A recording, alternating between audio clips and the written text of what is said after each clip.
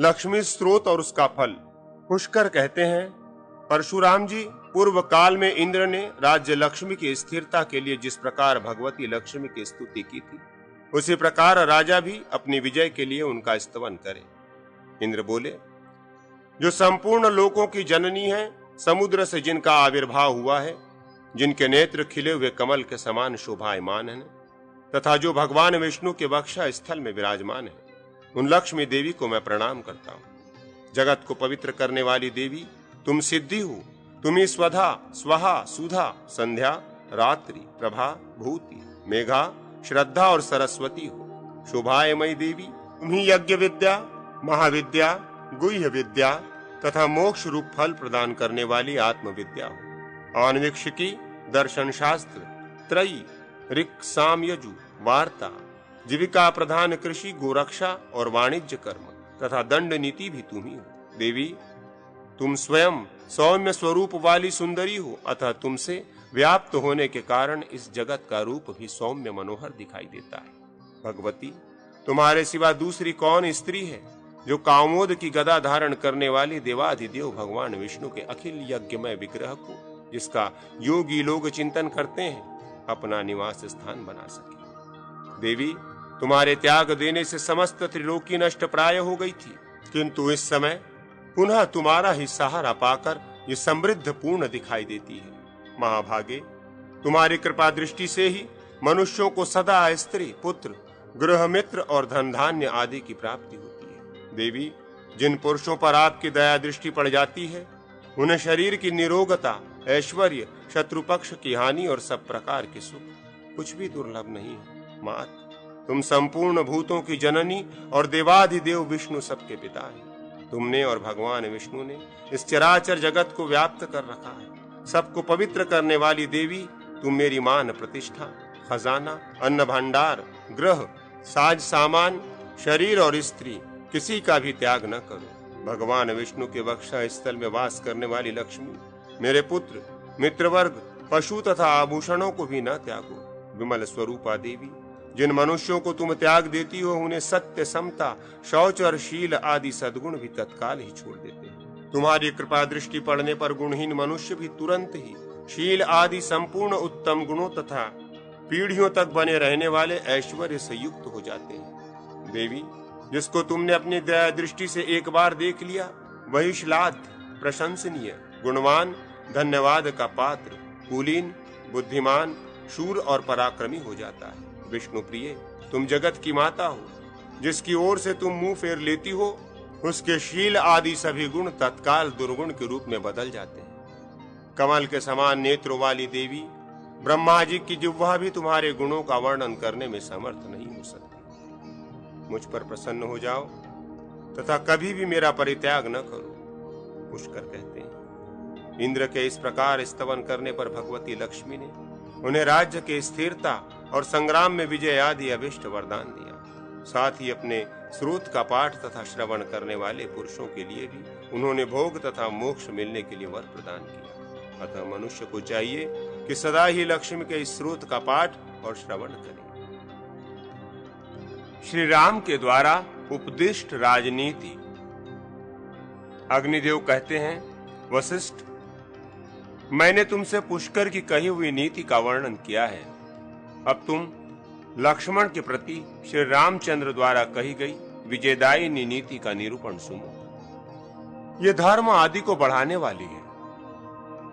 श्री राम कहते हैं, लक्ष्मण, न्याय, धान्य का छठा भाग लेने आदि के द्वारा धन का अर्जन करना, अर्जित किए हुए धन को व्यापार आदि द्वारा बढ़ाना, उसकी स्वजनों और परिजनों से रक्षा करना तथा उसका सत्पात्र में नियोजन करना, यज्ञादि में तथा प्रजा पालन में लगाना एवं गुणवान पुत्र को सौंपना, ये राजा के 4 प्रकार के व्यवहार बताए गए हैं। राजा नय और पराक्रम से संपन्न एवं भलीभांति उद्योगशील होकर स्वमंडल एवं परमंडल की लक्ष्मी का चिंतन करे। नय का मूल है विनय और विनय की प्राप्ति है शास्त्र के निश्चय से। इंद्रिय जय का ही नाम है विनय है, और जो उस विनय से युक्त होता है वही शास्त्रों को प्राप्त करता है। जो शास्त्र में निष्ठा रखता है उसी के हृदय में शास्त्र के अर्थ तत्व स्पष्टतया प्रकाशित होते हैं। ऐसा होने से स्वमंडल और परमंडल की श्री प्रसन्न निष्कंटक रूप से प्राप्त होती है। उसके लिए लक्ष्मी अपना द्वार खोल देती है। शास्त्र ज्ञान 8 गुणों से युक्त बुद्धि, धृति, उद्वेग का अभाव, दक्षता, आलस्य का अभाव, प्रगल्भता, सभा में बोलने या कार्य करने में भय अथवा संकोच का न होना, धारणशीलता, जानी सुनी बात को भूलने न देना, उत्साह, शौर्यादि गुण, प्रवचन शक्ति, दृढ़ता, आपत्ति काल में क्लेश सहन करने की क्षमता, प्रभाव, प्रभु शक्ति, शुचिता, विविध उपायों द्वारा परीक्षा लेने से सिद्ध हुई आचार विचार की शुद्धि, मैत्री, दूसरों को अपने प्रति आकृष्ट कर लेने का गुण, त्याग, सत्पात्र को दान देना, सत्य, प्रतिज्ञा पालन, कृतज्ञता, उपकार को न भूलना, कुल, कुलीनता, शील, अच्छा स्वभाव और दम, इंद्रिय निग्रह तथा क्लेश सहन की क्षमता, ये संपत्ति के हेतुभूत गुण है। विस्तृत विषय रूपी वन में दौड़ते हुए तथा निरंकुश होने के कारण विप्रमाथी विनाशकारी इंद्रिय रूपी हाथी को ज्ञानमय अंकुश में वश में करें। काम, क्रोध, लोभ, हर्ष, मान और मद ये षड्वर्ग कहे गए हैं। राजा इनका सर्वथा त्याग कर दें। इन सब का त्याग हो जाने पर वो सुखी होता है। राजा को चाहिए कि वो विनय गुण से संपन्न हो, आन्वेक्षिकी, आत्मविद्या एवं तर्क विद्या, वेदत्रयी, वार्ता, कृषि, वाणिज्य और पशुपालन तथा दंड नीति, इन 4 विद्याओं का उनके विद्वानों तथा उन विद्याओं के अनुसार अनुष्ठान करने वाले कर्मठ पुरुषों के साथ बैठकर चिंतन करें, जिससे लोक में इनका सम्यक प्रचार और प्रसार हो। आन्वेक्षिकी से आत्मज्ञान एवं वस्तु के यथार्थ स्वभाव का बोध होता है। धर्म और अधर्म का ज्ञान वेदत्रयी पर अवलंबित है। अर्थ और अनर्थ वार्ता के सम्यक उपयोग पर निर्भर है तथा न्याय और अन्याय दंड नीति के समुचित प्रयोग और अप्रयोग पर आधारित है।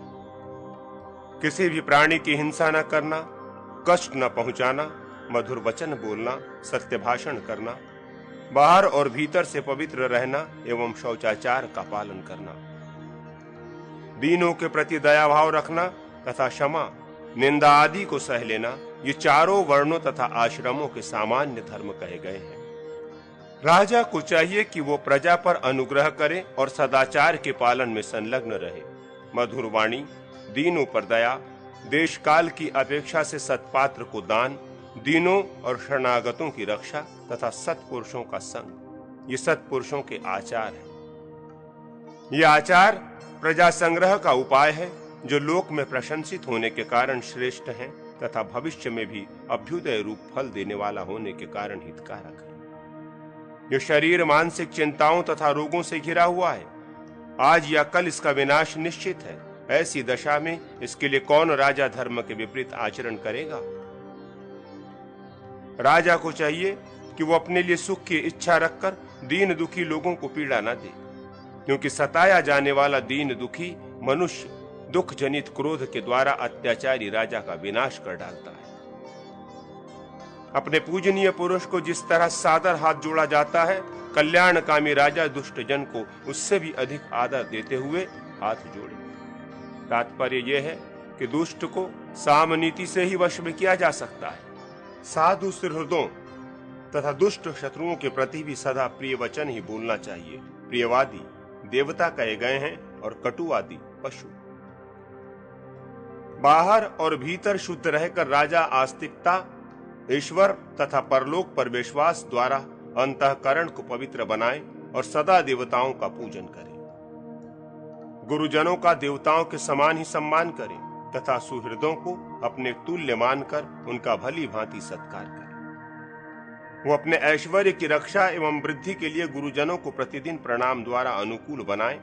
अनुचान, सांगवेद के अद्वैता की इस चेष्टाओं द्वारा विद्यावृद्ध सत्पुरुषों का सामुख्य प्राप्त करे। सुकृत कर्म, यज्ञादि पुण्य कर्म तथा गंध पुष्पादि समर्पण द्वारा देवताओं को अपने अनुकूल करे। सद्भाव, विश्वास द्वारा मित्र का हृदय जीते। संभ्रम, विशेष आदर से बांधवों पिता और माता के कुलों के बड़े बूढ़ों को अनुकूल बनाए। स्त्री को प्रेम से तथा भृत्य वर्ग को दान से वश में करे। इनके अतिरिक्त जो बाहरी लोग हैं उनके प्रति अनुकूलता दिखाकर उनका हृदय जीते।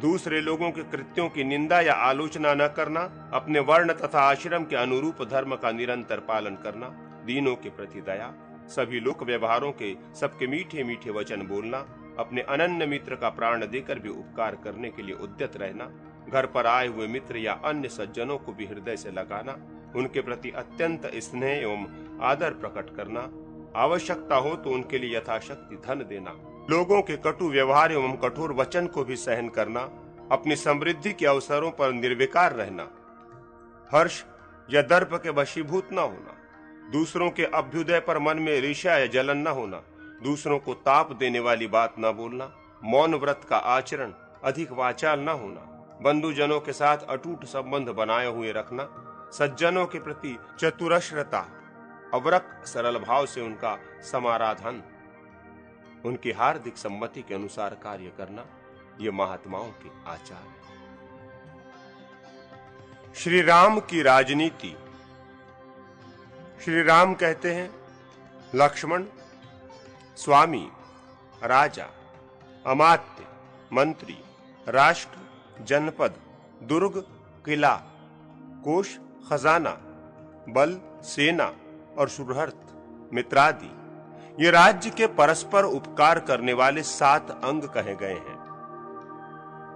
राज्य के अंगों में राजा और मंत्री के बाद राष्ट्र प्रधान एवं अर्थ का साधन है, अतः उसका सदा पालन करना चाहिए। इन अंगों में पूर्व अंग पर की अपेक्षा श्रेष्ठ है।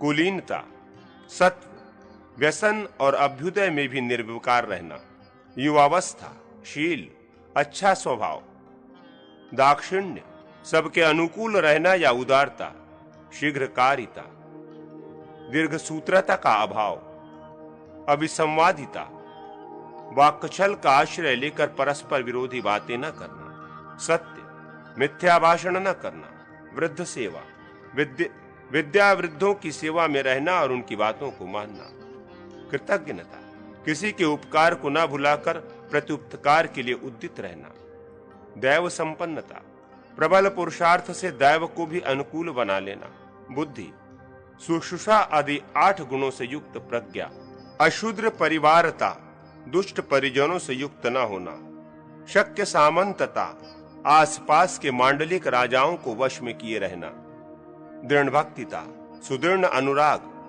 दीर्घदर्शिता, दीर्घकाल में घटित होने वाली बातों का अनुमान कर लेना, उत्साह, शुद्ध चित्तता, स्थूलक्षता, अत्यंत मनस्वी होना, विनीतता, जितेंद्रियता और धार्मिकता, ये अच्छे आभिगामिक गुण हैं। जो सुप्रसिद्ध कुल में उत्पन्न, क्रूरतार रहित, गुणवान पुरुषों का संग्रह करने वाले तथा पवित्र, शुद्ध हों, ऐसे लोगों को आत्मकल्याण की इच्छा रखने वाला राजा अपना परिवार बनाए। वाग्मी, उत्तम वक्ता, ललित, मधुर एवं अल्पाक्षरों द्वारा ही बहुत से अर्थों का प्रतिपादन करने वाला, प्रगल्भ, सभा में सबको निहग्रित करके निर्भय बोलने वाला, स्मृतिमान, स्वभावतः किसी बात को न भूलने वाला, उदग्र, ऊंचे कद वाला, बलवान, शारीरिक बल से संपन्न एवं युद्ध आदि में समर्थ, वशी, जितेंद्रिय, दंडनेता, चतुरंगणी सेना का समुचित रीति से संचालन करने में समर्थ, निपुण, व्यवहार कुशल, कृतविद्य, शास्त्रीय विद्या से संपन्न, स्वग्रह, प्रमाद से अनुचित कर्म में प्रवृत्त होने पर वहां से सुखपूर्वक निवृत्त किए जाने योग्य, पराभियोग प्रसह, शत्रुओं द्वारा छेड़े गए युद्धादि के कष्ट को दृढ़ता पूर्वक सहन करने में समर्थ, सहसा आत्मसमर्पण न करने वाला, सर्वदृष्ट प्रतिक्रिय, सब प्रकार के संकटों के निवारण के अमोघ उपाय को तत्काल जान लेने वाला, परिच्छिद्रान्नवेशी, गुप्तचर आदि के द्वारा शत्रुओं के छिद्रों के अन्वेषण में प्रयत्नशील, संधि विग्रह तत्वविद, अपनी तथा शत्रु की अवस्था के बलाबल भेद को जानकर संधि विग्रह आदि 6 गुणों के प्रयोग के ढंग और अवसर को ठीक ठीक जानने वाला, गूढ़ मंत्र प्रचार, मंत्रणा और उसके प्रयोग को सर्वथा गुप्त रखने वाला, देश काल विभागवित, किस प्रकार की सेना किस देश और किस काल में विजयनी होगी इत्यादि बातों को विभाग पूर्वक जानने वाला, आदाता समग्रथ्या नाम, प्रजा से आदि से न्यायपूर्वक धन लेने वाला, विनियोक्ता, धन को उचित एवं उत्तम कार्य में लगाने वाला, पात्रविद, सत्पात्र का ज्ञान रखने वाला, क्रोध, लोभ, भय, द्रोह, स्तंभ, मान और चपलता, बिना विचारे कार्य कर बैठना, इन दोषों से दूर रहने वाला, परोपताप, दूसरों को पीड़ा देना, पैशून्य, चुगली करके मित्रों में परस्पर फूट डालना, मात्सर्य, डाह, ईर्ष्या, दूसरों के उत्कर्ष को न सह सकना और अनृत, असत्य भाषण, इन दुर्गुणों को लांघ जाने वाला, वृद्धजनों के उपदेश को मानकर चलने वाला, श्लक्षण, मधुरभाषी, मधुर दर्शन, आकृति से सुंदर एवं सौम्य दिखाई देने वाला, गुणानुरागी, गुणवानों के गुणों पर रीझने वाला तथा मितभाषी, नपी तुली बात कहने वाला राजा श्रेष्ठ है। इस प्रकार यहाँ राजा के आत्म संपत्ति संबंधी गुण उसके स्वरूप के उपपादक गुण बताए गए हैं। उत्तम कुल में उत्पन्न, बाहर भीतर से शुद्ध, शौर्य संपन्न, आणवीक्षिकी आदि विद्याओं का जानने वाला, स्वामी भक्त तथा दंड नीति का समुचित प्रयोग करने वाले लोग राजा के सचिव अमात्य होने चाहिए। जिसे अन्याय से हटाना कठिन न हो, जिसका जन्म उसी जनपद में हुआ हो, जो कुलीन ब्राह्मण आदि, सुशील, शारीरिक बल से संपन्न, उत्तम वक्ता, सभा में निर्भीक होकर बोलने वाला, शास्त्र रूपी नेत्र से युक्त, उत्साहवान, उत्साह संबंधी त्रिविध गुण, शौर्य, अमरस एवं दक्षता से संपन्न, प्रतिपत्तिमान, प्रतिभाशाली, भय आदि के अवसरों पर उनका तत्काल प्रतिकार करने वाला, स्तब्धता, मान और चपलता से रहित, मैत्र, मित्रों के अर्जन एवं संग्रह में कुशल, शील, उष्ण आदि क्लेशों को सहन करने में समर्थ, शुचि, उपदा द्वारा परीक्षा से प्रमाणित हुई शुद्धि से संपन्न, सत्य, झूठ न बोलना, सत्व, व्यसन और अभ्युदय में भी निर्विकार रहना, धैर्य, स्थिरता, प्रभाव तथा आरोग्य आदि गुणों से संपन्न, कृतशिल्प, संपूर्ण कलाओं के अभ्यास से संपन्न, दक्ष, शीघ्रता पूर्वक कार्य संपादन में कुशल,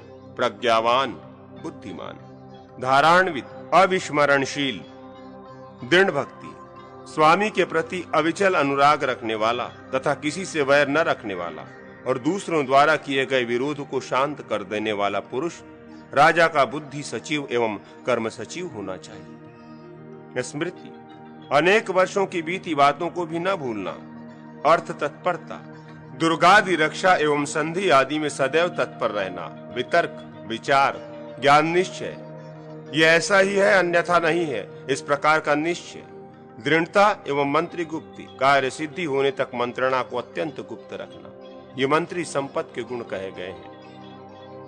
पुरोहित को तीनों वेदों ऋग्वेद, यजुर्वेद और सामवेद तथा दंड नीति के ज्ञान में भी कुशल होना चाहिए।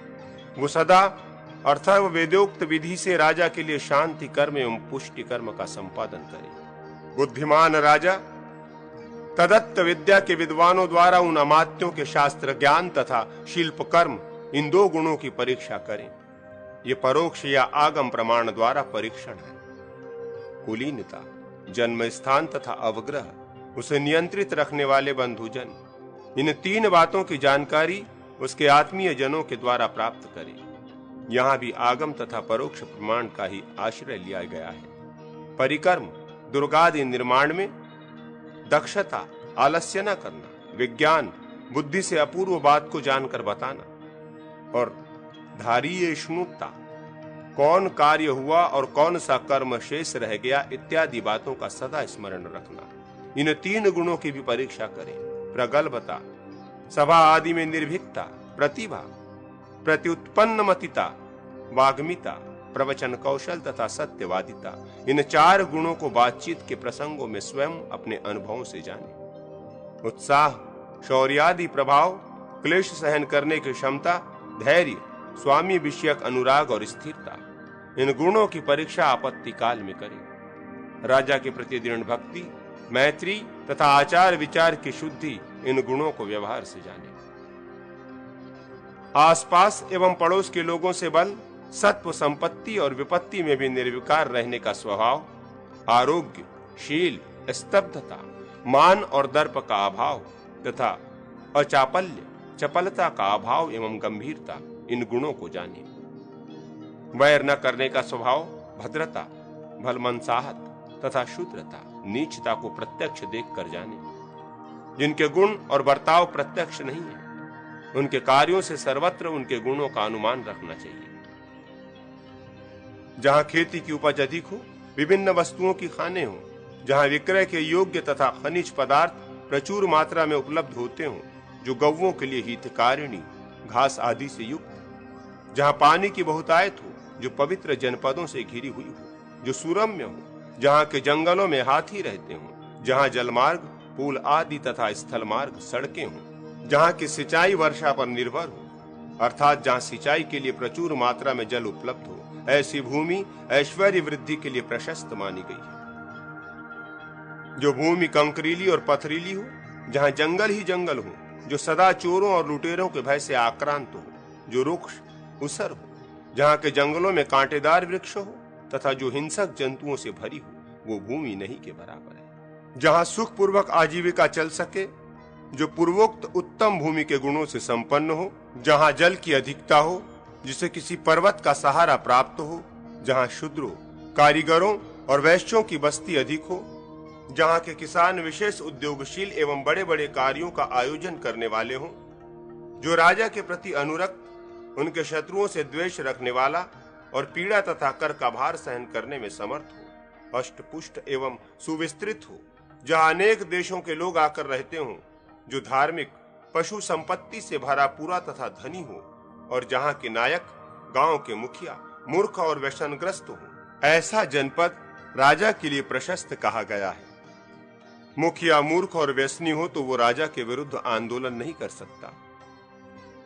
जिसकी सीमा बहुत बड़ी हो, विस्तृत हो, जिसके चारों ओर विशाल खाइयां बनी हो, जिसके प्राकार पर कोटे और गोपुर फाटक बहुत ऊंचे हो, जो पर्वत, नदी, मरुभूमि अथवा जंगल का आश्रय लेकर बना हो, ऐसे पुर, दुर्ग में राजा को निवास करना चाहिए। जहां जल, धान्य और धन प्रचुर मात्रा में विद्यमान हो, वो दुर्ग दीर्घकाल तक शत्रु के आक्रमण का सामना करने में समर्थ होता है। जलमय, पर्वतमय, वृक्षमय, एरीण, उजाड़ या वीरान स्थान पर बना हुआ तथा धानवन, मरुभूमि या बालू का मय प्रदेश में स्थित ये 5 प्रकार के दुर्ग हैं। दुर्ग का विचार करने वाले उत्तम बुद्धिमान पुरुषों ने इन सभी दुर्गों को प्रशस्त बतलाया है। जिसमें आय अधिक हो और खर्च कम, अर्थात जिसमें जमा अधिक होता हो और जिसमें से धन को कम निकाला जाता हो, जिसकी ख्याति खूब हो तथा जिसमें धन संबंधी देवता लक्ष्मी, कुबेर आदि का सदा पूजन किया जाता हो, जो मनोवांछित द्रव्यों से भरा पूरा हो, मनोरम हो और विश्वस्त जनों की देखरेख में हो, जिसका अर्जन धर्म एवं न्याय पूर्वक किया गया हो तथा जो महान व्यय को भी सहन कर लेने में समर्थ हो, ऐसा कोष श्रेष्ठ माना गया है। कोष का उपयोग धर्मादि की वृद्धि तथा मूल्यों के भरण पोषण आदि के लिए होना चाहिए।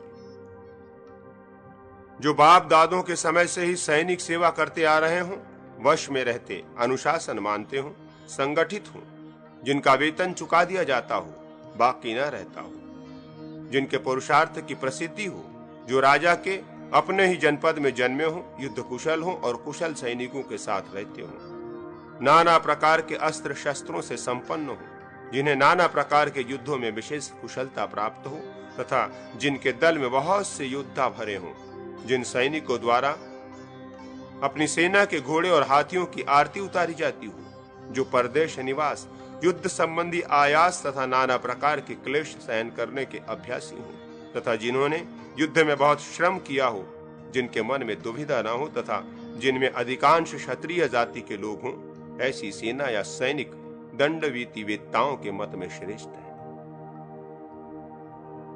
जो त्याग, अलोभ एवं दूसरों के लिए सब कुछ उत्सर्ग करने का स्वभाव, विज्ञान, संपूर्ण शास्त्रों में प्रवीणता तथा सत्व, विकार शून्यता, इन गुणों से संपन्न, महापक्ष, महान आश्रय एवं बहुसंख्यक बंधु आदि वर्ग से संपन्न, प्रियवंद, मधुर एवं हितकर वचन बोलने वाला, आयाति क्षम, सुस्थिर स्वभाव होने के कारण भविष्य काल में भी साथ देने वाला, अद्वैत, दुविधा में न रहने वाला तथा उत्तम कुल में उत्पन्न हो, ऐसे पुरुष को अपना मित्र बनाए। मित्र के आने पर दूर से ही अगवानी में जाना, स्पष्ट एवं प्रिय वचन बोलना तथा सत्कार पूर्वक मनोवांछित वस्तु देना।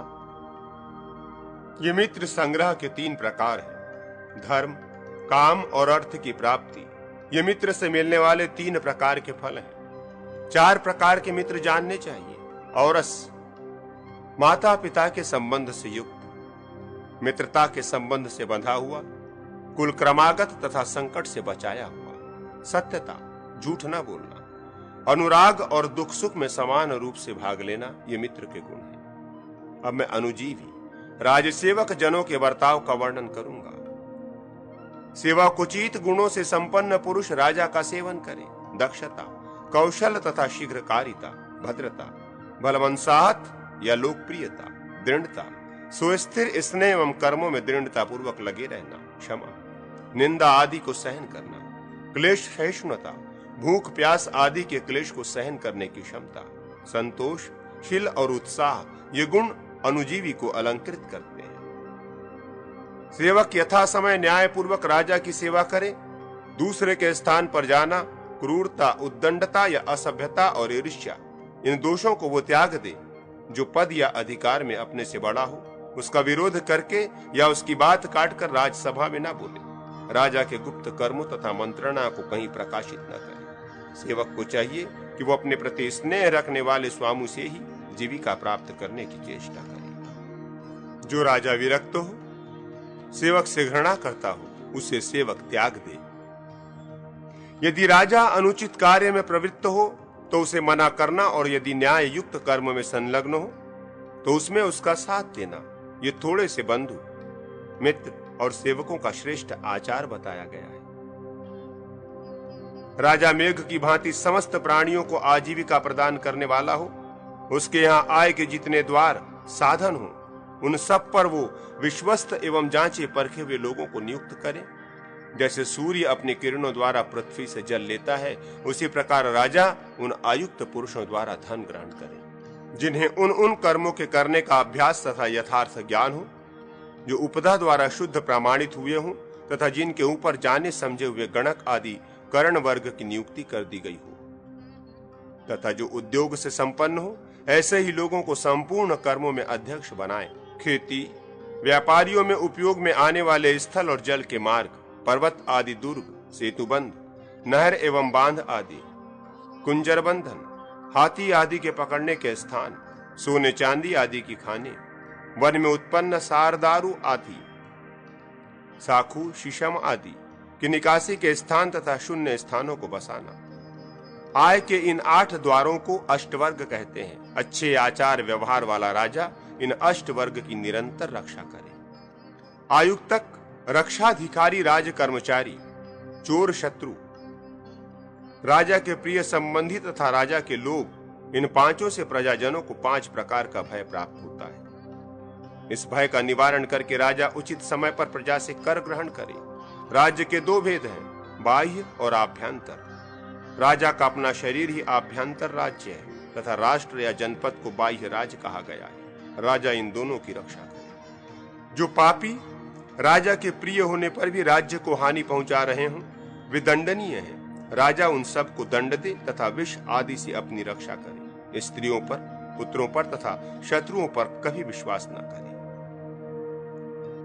12 राजमंडल चिंतन। श्री राम जी कहते हैं, राजा को चाहिए कि वो मुख्य 12 राजमंडल का चिंतन करे। हरि, मित्र, अपरिमित्र, तत्पश्चात मित्र मित्र तथा अरिमित्र मित्र, ये क्रमशः विजिगीषु के सामने वाले राजा कहे गए हैं। विजिगीषु के पीछे क्रमशः 4 राजा होते हैं, जिनके नाम इस प्रकार हैं: पराशनिग्राह, उसके बाद आक्रंद, तदनंतर इन दोनों के आसार अर्थात पाशनिग्राहसार एवं 4 प्रांदासार, अरि और विजिगीषु।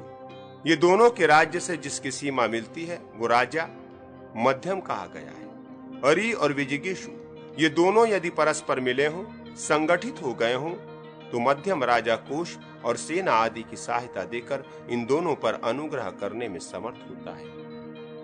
और यदि ये परस्पर संगठित ना हो, तो वो मध्यम राजा पृथक पृथक या बारी बारी से इन दोनों का वध करने में समर्थ होता है। इन सब के मंडल से बाहर जो अधिक बलशाली या अधिक सैनिक शक्ति से संपन्न राजा है, उसकी उदासीन संज्ञा है। विजिगीषु, अरि और मध्यम ये परस्पर संगठित हो तो उदासीन राजा इन पर अनुग्रह मात्र कर सकता है, और यदि ये संगठित न होकर पृथक पृथक हो तो वो उदासीन इन सब का वध कर डालने में समर्थ हो जाता है। लक्ष्मण, अब मैं तुम्हें संधि, विग्रह, यान और आसन आदि के विषय में बता रहा हूं। किसी बलवान राजा के साथ युद्ध ठन जाने पर यदि अपने पक्ष की अवस्था शोचनीय हो तो अपने कल्याण के लिए संधि कर लेनी चाहिए। कपाल, उपहार, संतान, संगत, उपन्यास, प्रीतिकार, संयोग, पुरुषांतर, अष्टदन, आदिष्ट, आत्मामिमिष, उपग्रह, परिक्रय, उच्छिन्न, प्रदूषण तथा स्कंधोपनेय ये संधि के 16 भेद बतलाए गए हैं। जिसके साथ संधि की जाती है वो संज्ञेय कहलाता है। उसके 2 भेद हैं, अभियोक्ता और अनभियोक्ता। उक्त संधियों में से उपन्यास, प्रतिकार और संयोग ये 3 संधियां अनभियोक्ता अनाक्रमणकारी के प्रति करनी चाहिए। शेष सभी अभियोक्ता आक्रमणकारी के प्रति कर्तव्य है। परस्परोपकार, मैत्र, संबंधज तथा उपहार ये ही 4 संधि के भेद जानने चाहिए, ऐसा अन्य लोगों का मत है। बालक, वृद्ध, चिरकाल का रोगी, भाई बंधुओं से बहिष्कृत, डरपोक, भीरु सैनिक वाला, लोभी, लालची, सेवकों से घिरा हुआ, अमात्य आदि प्रकृतियों के अनुराग से वंचित, अत्यंत विषयायक्त, अस्थिर चित्त और अनेक लोगों के सामने मंत्र प्रकट करने वाला, देवताओं और ब्राह्मणों का निंदक, दैव का मारा हुआ, दैव को ही संपत्ति और विपत्ति का कारण मानकर स्वयं उद्योग न करने वाला, जिसके ऊपर दुर्भिक्ष का संकट आया हो वो, जिसकी सेना कैद कर ली गई हो अथवा शत्रुओं से घिर गई हो वो, अयोग्य देश में स्थित, अपनी सेना की पहुंच से बाहर के स्थानों में विद्यमान, बहुत से शत्रुओं से युक्त, जिसने अपनी सेना को युद्ध के योग्य काल में नहीं नियुक्त किया है वो, तथा सत्य और धर्म से भ्रष्ट ये 20 पुरुष ऐसे हैं जिनके साथ संधि न करे, केवल विग्रह करे। एक दूसरे के अपकार से मनुष्यों में विग्रह, कलह या युद्ध होता है।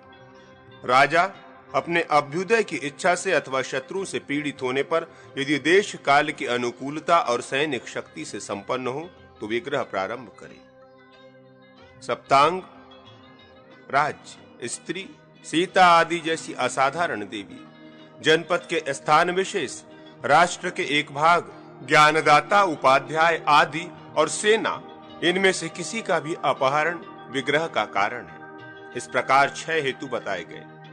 इनके सिवा मद, राजा दंभोद्भव आदि की भांति शौर्यादि जनित दर्प, मान, रावण आदि की भांति अहंकार, जनपद की पीड़ा, जनपद निवासियों का सताए जाना, ज्ञान विद्यात, शिक्षा संस्थाओं अथवा ज्ञानदाता गुरुओं का विनाश, अर्थ विदात, भूमि हिरण्य आदि को क्षति पहुंचाना, शक्ति विधात, प्रभु शक्ति, मंत्र शक्ति और उत्साह शक्तियों का अपक्ष है, धर्म विदात, दैव्य, प्रारब्ध जनित दुर्वस्था, सुग्रीव आदि जैसे मित्रों के प्रयोजन की सिद्धि, माननीय जनों का अपमान, बंधु वर्ग का विनाश, भूतानुग्रह विच्छेद, प्राणियों को दिए गए अभयदान का खंडन, जैसे एक ने किसी वन में जहां के जंतुओं को अभय देने के लिए मृगिया की मनाही कर दी, किंतु दूसरा उस नियम को तोड़कर शिकार खेलने आ गया हो, वही भूतानुग्रह विच्छेद है। मंडल दूषण, 12 राजमंडल में से किसी को विजिगीषु के विरुद्ध उभारना, एकार्थाभिनिवेशित्व को, जो भूमि या स्त्री आदि अर्थ आदि को अभिष्ट है उसी को लेने के लिए दूसरों का भी दुराग्रह, ये 20 विग्रह के कारण है। सापत्न, रावण और विभीषण की भांति सौतेले भाइयों का वैमनस्य, वास्तुज, भूमि, सुवर्ण आदि के हरण से होने वाला अमर्ष, स्त्री के अपहरण से होने वाले रोष, कटु वचन जनित क्रोध तथा अपराध जनित प्रतिशोध की भावना, ये 5 प्रकार के वैर अन्य विद्वानों ने बताए हैं। जिस विग्रह से बहुत लाभ कम होने वाला हो, जो निष्फल हो, जिससे फल प्राप्ति में संदेह हो, तत्काल दोषजनक, विग्रह के समय मित्रादि के साथ विरोध पैदा करने वाला, भविष्य काल में भी निष्फल, वर्तमान और भविष्य में भी दोषजनक हो, जो अज्ञात बल पराक्रम वाले शत्रु के साथ किया जाए एवं दूसरों के द्वारा उभाड़ा गया हो, जो दूसरों की स्वार्थ सिद्धि के लिए किंवा किसी साधारण स्त्री को पाने के लिए किया जा रहा हो, जिसके दीर्घकाल तक चलते रहने की संभावना हो, जो श्रेष्ठ द्विजों के साथ छेड़ा गया हो, जो वरदान आदि पाकर अकस्मात देव बल से संपन्न हुए पुरुष के साथ छिड़ने वाला हो, जिसके अधिक बलशाली मित्र हो, ऐसे पुरुष के साथ जो छीड़ने वाला हो, जो वर्तमान काल में फलद किंतु भविष्य में निष्फल हो तथा जो भविष्य में फलद किंतु वर्तमान में निष्फल हो, इन 16 प्रकार के विग्रहों में कभी हाथ न डाले। जो वर्तमान और भविष्य में परिशुद्ध पूर्णतः लाभदायक हो, वही विग्रह राजा को छेड़ना चाहिए। राजा जब अच्छी तरह समझ ले कि मेरी सेना हष्ट पुष्ट अर्थात उत्साह और शक्ति से संपन्न है तथा शत्रु की अवस्था इसके विपरीत है, तब वो उसका निग्रह करने के लिए विग्रह आरंभ करे। जब मित्र, आक्रंद तथा आक्रंदासार इन तीनों की राजा के प्रति दृढ़ भक्ति हो तथा शत्रु के मित्र आदि विपरीत स्थिति में हो अर्थात उसके प्रति भक्ति भाव न रखते हो, तब उसके साथ विग्रह आरंभ करें। जिसके बल एवं पराक्रम उच्च कोटि के हों, जो विजिगीषु के गुणों से संपन्न हो, विजय की अभिलाषा रखता हो तथा जिसकी अमात्य आदि प्रकृति उसके सद्गुणों में भी अनुरक्त हो, ऐसे राजा का युद्ध के लिए यात्रा करना यान कहलाता है। विग्रह गमन, संधाय गमन, स्वयंभूय गमन, प्रसंगतः गमन तथा उपेक्षा पूर्वक गमन, ये नीतिज्ञ पुरुषों द्वारा यान के 5 भेद कहे गए हैं। जब विजिगीषु और शत्रु दोनों एक दूसरे की शक्ति का विघात न कर सकने के कारण आक्रमण न करके बैठे रहे हैं, तो इसे आसन कहा जाता है। इसके भी यान की ही भांति 5 भेद होते हैं। विग्रह आसन, संधाय आसन, संभूय आसन, प्रसंगासन तथा उपेक्षासन। 2 बलवान शत्रुओं के बीच में पड़कर वाणी द्वारा दोनों को ही आत्मसमर्पण करें। मैं और मेरा राज्य दोनों के ही हैं, ये संदेश दोनों के ही पास गुप्त रूप से भेजिए और स्वयं दुर्ग में छिपा रहे। ये द्वैधी भाव की नीति है। जब उक्त दोनों शत्रु पहले से ही संगठित होकर आक्रमण करते हो, तब जो उनमें अधिक बलशाली हो उसकी शरण ले। यदि वे दोनों शत्रु परस्पर मंत्रणा करके उसके साथ किसी भी शर्त पर संधि न करना चाहते हो, तब विजिगीषु उन दोनों के ही किसी शत्रु का आश्रय ले अथवा किसी भी अधिक शक्तिशाली राजा की शरण लेकर आत्मरक्षा करे। यदि विजिगीषु पर किसी बलवान शत्रु का आक्रमण हो और वो छिन्न होने लगे तथा किसी उपाय से उस संकट का निवारण करना उसके लिए असंभव हो जाए, तब वो किसी कुलीन, सत्यवादी, सदाचारी तथा शत्रु की अपेक्षा अधिक बलशाली राजा की शरण ले। उस आश्रयदाता के दर्शन के लिए उसकी आराधना करना, सदा उसके अभिप्राय के अनुकूल चलना, उसी के लिए कार्य करना और सदा उसके प्रति आदर का भाव रखना, यह आश्रय लेने वाले का व्यवहार बतलाया गया है।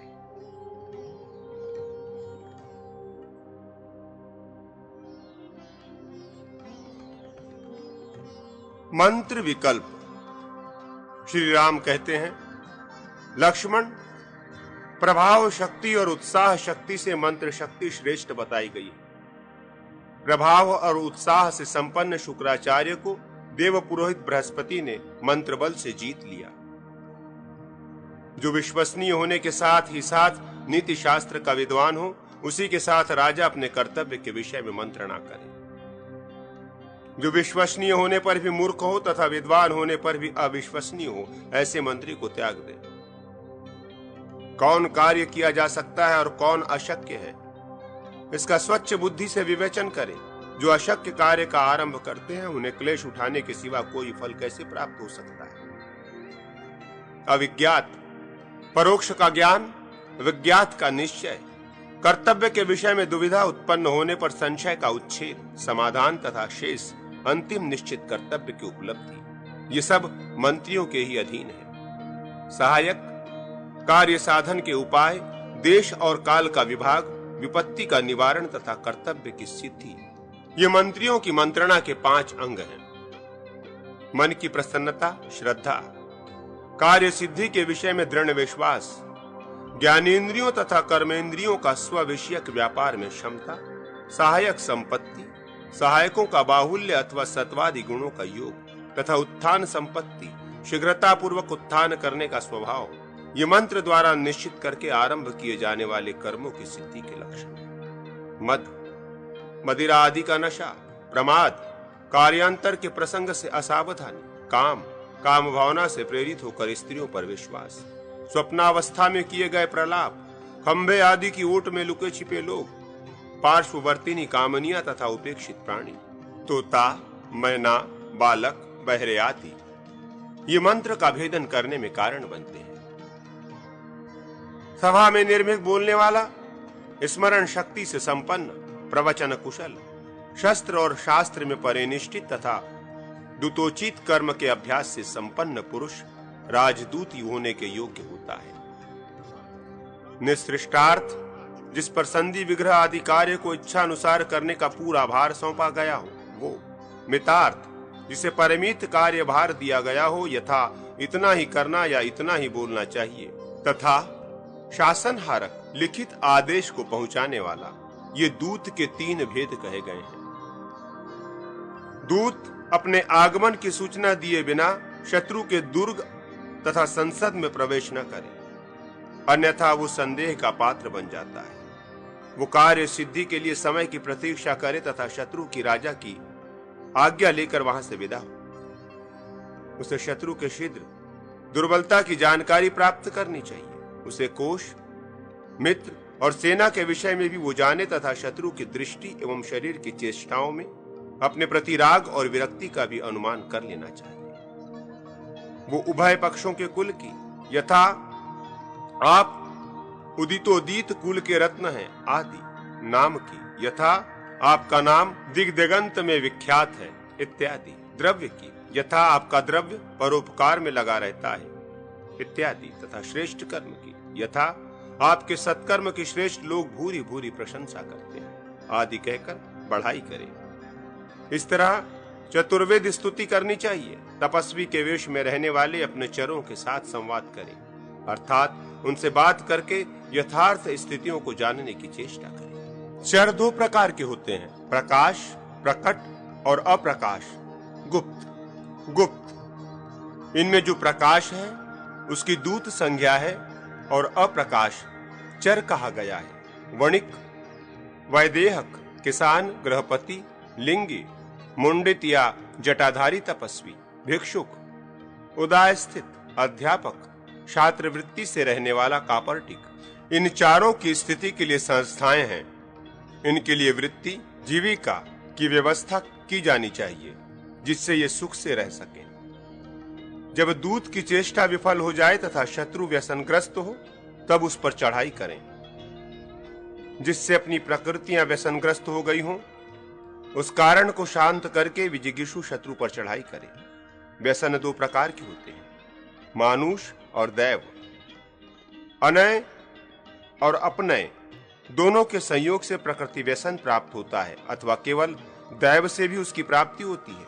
वो श्रेय, अभिष्ट अर्थ को व्यस्त, शिष्ट या नष्ट कर देता है, इसलिए व्यसन कहलाता है। अग्नि, आग लगना, जल, अतिवृष्टि या बाढ़, रोग, दुर्भिक्ष, अकाल पड़ना और मरक, महामारी, ये 5 प्रकार के दैव व्यसन हैं।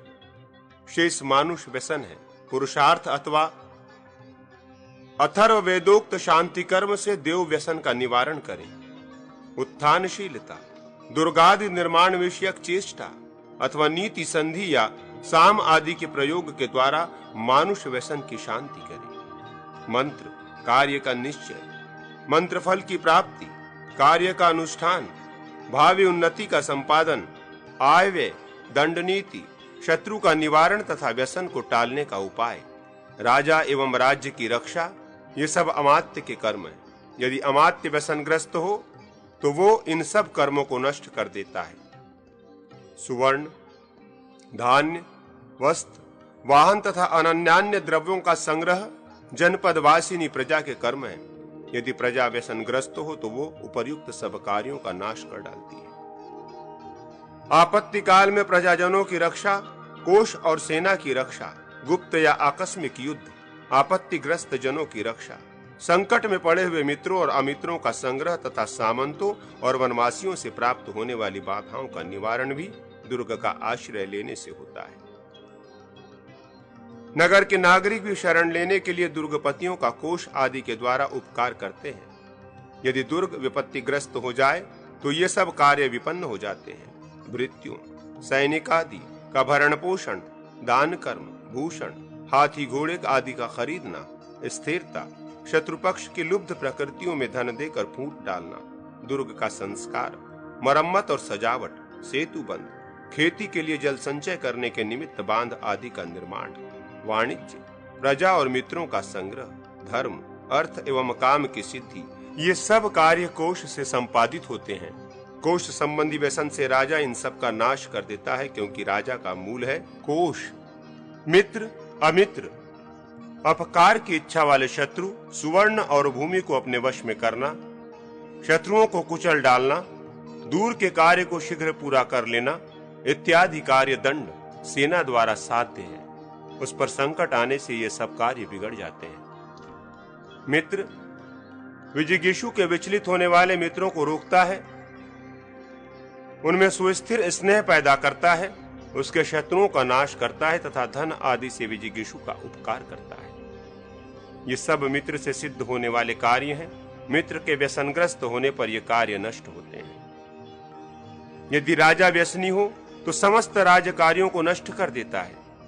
कठोर वचन बोलकर दूसरों को दुख पहुंचाना, अत्यंत कठोर दंड देना, अर्थ दूषण, वाणी द्वारा पहले दी हुई वस्तु को न देना, दी हुई को छीन लेना, चोरी आदि के द्वारा धन का नाश होना तथा प्राप्त हुए धन को त्याग देना, मदिरापान, स्त्री विषयक आसक्ति, शिकार खेलने में अधिक तत्पर रहना और जुआ खेलना, ये राजा के व्यसन है।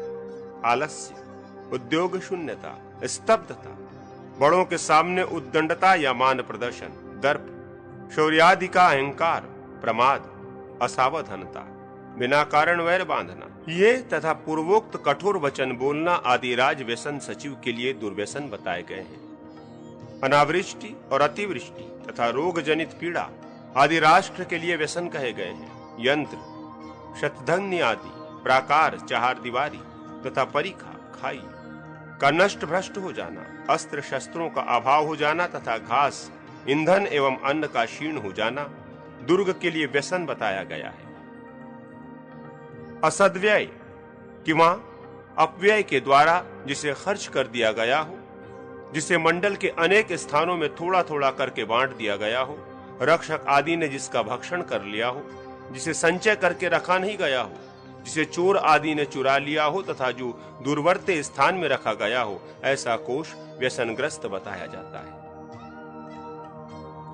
जो चारों ओर से अवरुद्ध कर दी गई हो, जिस पर घेरा पड़ गया हो, जिसका अनादर या असम्मान हुआ हो, जिसका ठीक ठीक भरण पोषण नहीं किया गया हो, जिसके अधिकांश सैनिक रोगी, थके मांदे, चलकर दूर से आए हुए तथा नवागत हो, जो सर्वथा क्षीण और प्रतिहत होकर चली हो, जिसके आगे बढ़ने का वेग कुंठित कर दिया गया हो, जिसके अधिकांश लोग आशा जनित निर्वेद, खेद एवं विरक्ति से भरे हुए हों, जो अयोग्य भूमि में स्थित, अनृत प्राप्त, अविश्वस्त हो गई हो, जिसके भीतर स्त्रियां अथवा स्त्रायण हो, जिसके हृदय में कुछ कांटा सा चुभ रहा हो तथा जिस सेना के पीछे दुष्ट पाश निग्राह शत्रु की सेना लगी हुई हो, उस सेना की इस दुरावस्था को बलव्यसन कहा जाता है।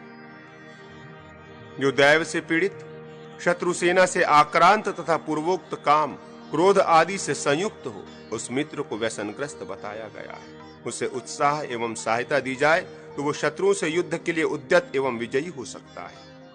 अर्थ दूषण, वाणी की कठोरता तथा दंड विषयक अत्यंत क्रूरता, ये तीन क्रोधज व्यसन है।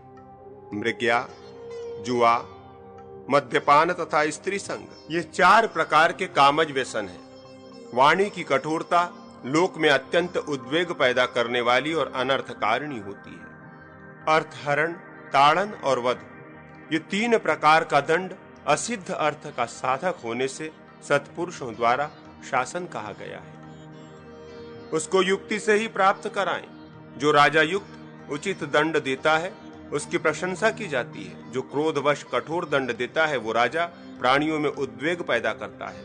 उस दंड से उद्विग्न हुए मनुष्य विजिगीषु के शत्रुओं की शरण में चले जाते हैं। उनसे वृद्धि को प्राप्त हुए शत्रु उक्त राजा के विनाश में कारण होते हैं। दूषणीय, मनुष्य के दूषण, अपकार के लिए उससे प्राप्त होने वाले किसी महान अर्थ का विधात पूर्वक परित्याग नीति तत्वज्ञ विद्वानों द्वारा अर्थ दूषण कहा जाता है। दौड़ते हुए यान, अश्व आदि से गिरना, भूख प्यास का कष्ट उठाना आदि दोष मृग्या से प्राप्त होते हैं। किसी छिपे हुए शत्रु से मारे जाने की भी संभावना रहती है। श्रम या थकावट पर विजय पाने के लिए किसी सुरक्षित वन में राजा शिकार खेले। जुए में धर्म, अर्थ और प्राणों के नाश आदि का दोष होता है। उसमें कलह आदि की भी संभावना रहती है। स्त्री संबंधी व्यसन से प्रत्येक कर्तव्य कार्य करने में बहुत अधिक विलंब होता है। ठीक समय से कोई काम नहीं हो पाता तथा धर्म और अर्थ की भी हानि पहुंचती है। मद्यपान के व्यसन से प्राणों का नाश तक हो जाता है। नशे के कारण कर्तव्य और अकर्तव्य का निश्चय नहीं हो पाता। सेना की छावनी कहां और कैसे पड़नी चाहिए, इस बात को जो जानता है तथा भले बुरे निमित्त शकुन का ज्ञान रखता है वो शत्रु पर विजय पा सकता है। स्कंधावार, सेना की छावनी के मध्य भाग में खजाना सहित राजा के ठहरने का स्थान होना चाहिए। राजभवन को चारों ओर से घेरकर क्रमशः मौल, पिता पितामह के काल से चली आती हुई मौलिक सेना, भृत, भोजन और वेतन देकर रखी हुई सेना, श्रेणी, जनपद निवासियों का दल अथवा कुविंद आदि की सेना, मित्र सेना, दुष्दल, राजा की दंड शक्ति से विभूषित हुए सामंतों की सेना तथा आटविक, वन्य प्रदेश के अधिपति की सेना, इन सेनाओं की छावनी डाले।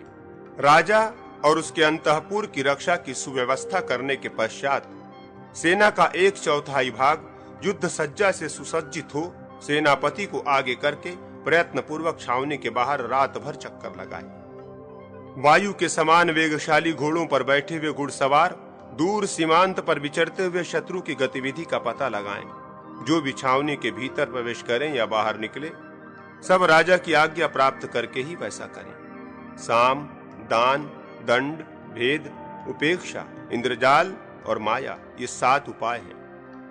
इनका शत्रु के प्रति प्रयोग करना चाहिए। इन उपायों से शत्रु वशीभूत होता है। साम के 5 भेद बताए गए हैं। दूसरे के उपकार का वर्णन, आपस के संबंध को प्रकट करना, जैसे आपकी माता मेरी मौसी है इत्यादि। मधुर वाणी में गुण कीर्तन करते हुए बोलना, भावी उन्नति का प्रकाशन, यथा ऐसा होने पर आगे चलकर हम दोनों का बड़ा लाभ होगा इत्यादि। तथा मैं आपका हूं, यूं कहकर आत्मसमर्पण करना। किसी से उत्तम, सार, अधम, असार तथा मध्यम, सारासार भेद से जो द्रव्य संपत्ति प्राप्त हुई हो उसको उसी रूप में लौटा देना, ये दान का प्रथम भेद है। बिना दिए ही जो धन किसी के द्वारा ले लिया गया हो उसका अनुमोदन करना, यथा आपने अच्छा किया जो ले लिया, मैंने पहले से ही आपको देने का विचार कर लिया था, ये दान का दूसरा भेद है। अपूर्व द्रव्य दान, भांडागार से निकाल कर दिया गया नूतन दान, स्वयं ग्राह प्रवर्तन, किसी दूसरे से स्वयं ही धन ले लेने के लिए प्रेरित करना, यथा अमुक व्यक्ति से अमुक द्रव्य ले लो वो तुम्हारा ही हो जाएगा, तथा दातव्य ऋण आदि को छोड़ देना या न लेना, इस प्रकार के दान के 5 भेद कहे गए हैं। स्नेह और अनुराग को दूर कर देना, परस्पर संघर्ष, कलह पैदा करना तथा धमकी देना, भेदज्ञ पुरुषों ने भेद के ये 3 प्रकार बताए। वध, धन का अपहरण और बंधन एवं ताड़न आदि के द्वारा क्लेश पहुंचाना, ये दंड के 3 भेद हैं। वध के 2 प्रकार हैं, प्रकाश, प्रकट, अप्रकाश, गुप्त।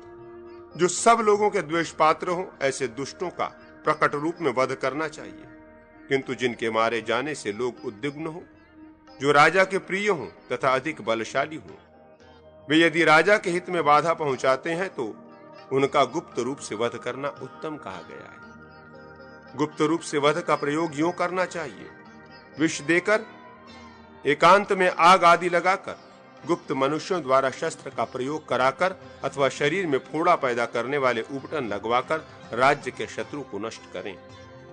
जो जाति मात्र से ब्राह्मण हो उसे प्राणदंड न दे, उस पर साम नीति का प्रयोग करके उसे वश में लाने की चेष्टा करें। प्रिय वचन बोलना साम कहलाता है। उसका प्रयोग इस तरह करें जिससे चित्त में अमृत का सा लेप हो जाए, अर्थात वो हृदय में स्थान बना ले। ऐसी स्तिग्न दृष्टि से देखें मानो वो सामने वाले को प्रेम से पी जाना चाहता हो, तथा उसे इस तरह बात करें मानो उसके मुख से अमृत की वर्षा हो रही हो। जिस पर झूठा ही कलंक लगाया गया हो, जो धन का इच्छुक हो, जिसे अपने पास बुलाकर अपमानित किया गया हो, जो राजा का द्वेषी हो, जिस पर भारी कर लगाया गया हो, जो विद्या और कुल आदि दृष्टि से अपने को सबसे बड़ा मानता हो, जिसके धर्म, काम और अर्थ छिन्न भिन्न हो गए हों, जो कुपित, मानी और अनादृत हो, जिसे अकारण राज्य से निर्वासित कर दिया गया हो, जो पूजा एवं सत्कार के योग्य होने पर भी असत्कृत हुआ हो, जिसके धन तथा स्त्री का हरण कर लिया गया हो, जो मन में वैर रखते हुए भी ऊपर से सामनीति के प्रयोग से शांत रहता हो। ऐसे लोगों में तथा जो सदा शंकित रहते हों, उनमें यदि वे शत्रु पक्ष के हों तो फूट डालें, और अपने पक्ष में इस तरह के लोग हों तो उन्हें यत्न पूर्वक शांत करें। यदि शत्रु पक्ष से फूटकर ऐसे लोग अपने पक्ष में आए तो उनका सत्कार करें। समान तृष्णा का अनुसंधान, उभय पक्ष को समान रूप से लाभ होने की आशा का प्रदर्शन, अत्यंत उग्र भय, मृत्यु आदि की विभीषिका दिखाना तथा उच्च कोटि का दान और मान, ये भेद के उपाय कहे गए हैं। शत्रु की सेना में जब भेद नीति द्वारा फूट डाल दी जाती है, तब वो धुन में लगे हुए काष्ठ की भांति विशीर्ण छिन्न भिन्न हो जाती है। प्रभाव, उत्साह तथा मंत्र शक्ति से संपन्न एवं देश काल का ज्ञान रखने वाला राजा दंड के द्वारा शत्रुओं का अंत कर दे। जिसमें मैत्री भाव प्रधान है तथा जिसका विचार कल्याणमय है, ऐसे पुरुष को साम नीति के द्वारा वश में करें, और आर्थिक दृष्टि से क्षीण हो उसको दान द्वारा सत्कार पूर्वक वश में करें। परस्पर शंका से जिसमें फूट पड़ गई हो, जो दुष्ट हो, उन सबको दंड का भय दिखाकर वश में ले आए। पुत्र और भाई आदि बंधुजनों को साम नीति द्वारा एवं धन देकर वशीभूत करें। सेनापतियों, सैनिकों तथा जनपद के लोगों को दान और भेद नीति के द्वारा अपने अधीन करें। सामंतों, सीमावर्ती नरेशों, आटविकों, वन्य प्रदेश के शासकों तथा यथा संभव दूसरे लोगों को भी भेद और दंड नीति से वश में करें। देवताओं की प्रतिमाओं तथा जिनमें देवताओं की मूर्ति खुदी हो, ऐसे खंभों के बड़े बड़े छिद्रों में छिपकर खड़े हुए मनुष्य मानुष ही माया है। स्त्री के कपड़ों में ढका हुआ अथवा रात्रि में अद्भुत रूप से दर्शन देने वाला पुरुष भी मानुष ही माया है। वेताल, मुख से आग उगलने वाले पिशाच तथा देवताओं के समान रूप धारण करना इत्यादि मानुष ही माया है। इच्छा अनुसार रूप धारण करना, शस्त्र, अग्नि, पत्थर और जल की वर्षा करना तथा अंधकार, आंधी, पर्वत और मेघों की सृष्टि कर देना, ये अमानुषी माया है। पूर्व कल्प की चतुर्युगी में जो द्वापर आया था, उसमें पांडुवंशी भीमसेन ने स्त्री के समान रूप धारण करके अपने शत्रु कीचक को मारा था। अन्याय, अदंड दंडन आदि, व्यसन, मृग्या आदि तथा बड़े के साथ युद्ध में प्रवृत्त हुए आत्मीय जन को न रोकना उपेक्षा है। पूर्व कल्पवर्ती भीमसेन के साथ युद्ध में प्रवृत्त हुए अपने भाई हिडिंब को हिडिंबा ने मना नहीं किया। अपने स्वार्थ की सिद्धि के लिए उसकी उपेक्षा कर दी। मेघ, अंधकार, वर्षा, अग्नि, पर्वत तथा अन्य अद्वितीय वस्तुओं को दिखाना, दूर खड़ी हुई ध्वजशालिनी सेनाओं का दर्शन कराना, शत्रु पक्ष के सैनिकों को कटे, फाड़े तथा विदीर्ण किए गए और अंगों से रक्त की धारा बहाते हुए दिखाना, ये सब इंद्रजाल हैं। शत्रुओं को डराने के लिए इस इंद्रजाल की कल्पना करनी चाहिए। सेना के 6 भेद, इनका बलाबल तथा 6 अंग। श्री राम कहते हैं, 6 प्रकार की सेना को कवच आदि से सन्नद्ध एवं व्यूहबद्ध करके इष्ट देवताओं की तथा संग्राम संबंधी दुर्गा आदि देवियों की पूजा करने के पश्चात शत्रु पर चढ़ाई करें। मौल, भृत, श्रेणी, सुहृदय, शत्रु तथा आठविक ये 6 प्रकार के सैन्य हैं। इनमें पर की अपेक्षा पूर्व सेना श्रेष्ठ कही गई है। इनका व्यसन भी इसी क्रम से गरिष्ठ माना गया है। पैदल, घुड़सवार, रथी और हाथी सवार ये सेना के 4 अंग हैं, किंतु मंत्र और कोश इन 2 अंगों के साथ मिलकर सेना के 6 अंग हो जाते हैं।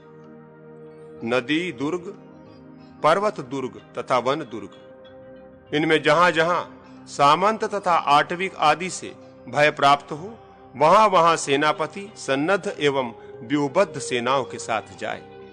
एक सेनानायक उत्कृष्ट वीर योद्धाओं के साथ आगे जाए और मार्ग एवं सेना के लिए आवास स्थान का शोध करे। विजिगीषु राजा उसका अंतःपुर सेना के मध्य भाग में रहकर यात्रा करे। खजाना तथा फल्गु, असार एवं बेगार करने वालों की सेना भी बीच में ही रहकर चले। स्वामी के अगल बगल में घुड़सवारों की सेना रहे। घुड़सवार सेना के उभय पार्श्वों में रथ सेना रहे। रथ सेना के दोनों तरफ हाथियों की सेना रहनी चाहिए। उसके दोनों बगल आटविकों, जंगली लोगों की सेना रहे। यात्रा काल में प्रधान एवं कुशल सेनापति स्वयं स्वामी के पीछे रहकर सबको आगे करके चले। थके मांदे हतोत्साह सैनिकों को धीरे धीरे आश्वासन देता रहे। उसके साथ ही भारी सेना कमर कसकर युद्ध के लिए तैयार रहे। यदि आगे की ओर से शत्रु के आक्रमण का भय संभावित हो तो महान मकर व्यूह की रचना करके आगे बढ़े। यदि तिर्यक दिशा के भय से संभावना हो तो खुले या फैले पंख वाले श्वेन पक्षी के आकार की व्यूह रचना करके चले। यदि एक आदमी के ही चलने योग्य पगदंडी मार्ग से रास्ता करते समय सामने से भय हो तो सूची व्यूह की रचना करके चलें तथा उसके मुख भाग में वीर योद्धाओं को खड़ा करें। पीछे से भय हो तो शकट व्यूह की, पार्श्व भाग से भय हो तो वज्र व्यूह की तथा सब ओर से भय होने पर सर्वतोभद्र नामक व्यूह की रचना करें। जो सेना पर्वत की कंदरा, पर्वतीय दुर्गम स्थान एवं गहन वन में, नदी एवं घने वन से संकीर्ण पथ पर फंसी हो, जो विशाल मार्ग पर चलने से थकी हो, भूख प्यास से पीड़ित हो, रोग, दुर्भिक्ष, अकाल एवं महामारी से कष्ट पा रही हो, लुटेरों द्वारा भगाई गई हो, कीचड़, धूल तथा पानी में फंस गई हो, विक्षिप्त हो, एक एक व्यक्ति के ही चलने का मार्ग होने से जो आगे न बढ़कर एक ही स्थान पर एकत्र हो गई हो, सोई हो, खाने पीने में लगी हो, अयोग्य भूमि पर स्थित हो, बैठी हो, चोर तथा अग्नि के भय से डरी हो, वर्षा और आंधी की चपेट में आ गई हो तथा इसी तरह के अनन्यान्य संकटों में फंस गई हो, ऐसी अपनी सेना की तथा सब ओर से रक्षा करे तथा शत्रु सेना को घातक प्रहार का निशाना बना जाए। जब आक्रमण के लक्ष्यभूत शत्रु की अपेक्षा विजिगीषु राजा देश काल की अनुकूलता की दृष्टि से बढ़ा चढ़ा हो तथा शत्रु की प्रकृति में फूट डाल दी गई हो तथा अपना बल अधिक हो तो शत्रु के साथ प्रकाश युद्ध घोषित या प्रकट संग्राम छेड़ दे। यदि विपरीत स्थिति हो तो कूट युद्ध, छिपी लड़ाई करे। जब शत्रु की सेना पूर्वोक्त बल व्यसन सैन्य सकट के अवसरों पर या स्थानों में फंसकर व्याकुल हो तथा युद्ध की अयोग्य भूमि में स्थित हो और सेना सहित विजिगीषु अपने अनुकूल भूमि पर स्थित हो, तब वो शत्रु पर आक्रमण करके उसे मार गिराए। यदि शत्रु सैन्य अपने लिए अनुकूल भूमि में स्थित हो तो वो उसकी प्रकृतियों में भेद नीति द्वारा फूट डलवाकर अवसर देखकर शत्रु का विनाश करे। जो युद्ध से भागकर या पीछे हटकर शत्रु को उसकी भूमि से बाहर खींच लाते हैं, ऐसे वनचरों, आठविकों तथा अमित्र सैनिकों ने पाशभूत होकर जिसे प्रकृति प्रगह से स्वयं या स्वयं भूमि या मंडल से दूर पर की भूमि में आकृष्ट कर लिया है, उस शत्रु को प्रकष्ट वीर योद्धाओं द्वारा मरवा डाले। कुछ थोड़े से सैनिकों को सामने की ओर से युद्ध के लिए उद्यत दिखा दे और जब शत्रु के सैनिक उन्हीं को अपना लक्ष्य बनाने का निश्चय कर लें, तब पीछे से वेगशाली उत्कृष्ट वीरों की सेना के साथ पहुंचकर उन शत्रुओं का विनाश करे।